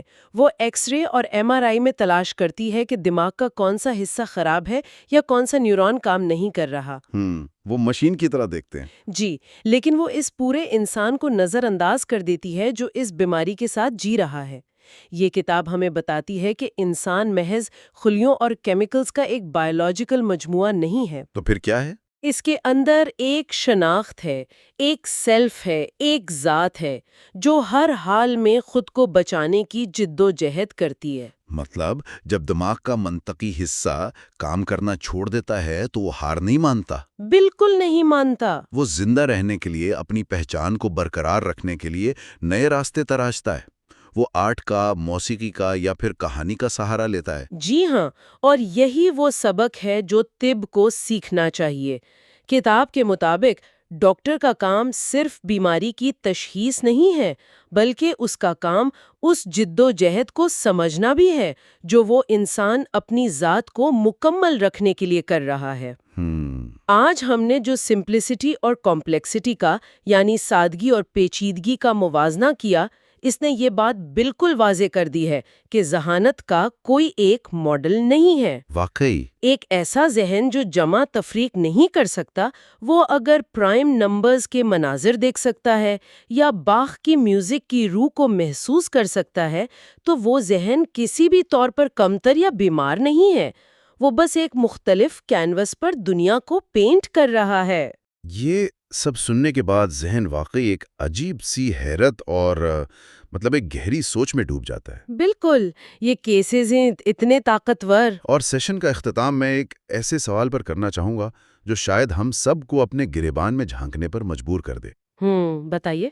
کتاب کے ان مطالعوں سے یہ ثابت ہوتا ہے کہ اگر ایک بظاہر نامکمل یا آٹسٹک دماغ جس کے بارے میں دنیا کا خیال ہے کہ وہ کچھ نہیں کر سکتا، صحیح، اگر وہ آرٹ، اعداد اور موسیقی کے ذریعے حقیقت کے ساتھ اتنا براہ راست، غیر ملاوٹ شدہ اور خالص تعلق قائم کر سکتا ہے تو ذرا سوچئے ہمارے بارے میں. ہم جنہیں معاشرہ نام نہاد نارمل اور پیچیدہ ذہنوں کا مالک کہتا ہے، کیا یہ ممکن ہے کہ ہماری اسی منطق، اصولوں کی دوڑ اور سماجی پیچیدگیوں نے ہمارے اندر چھپی ہوئی دنیا کو خالص شکل میں محسوس کرنے کی اس صلاحیت کو کہیں بہت گہرائی میں دبا دیا ہو؟ یہ بہت گہری بات ہے.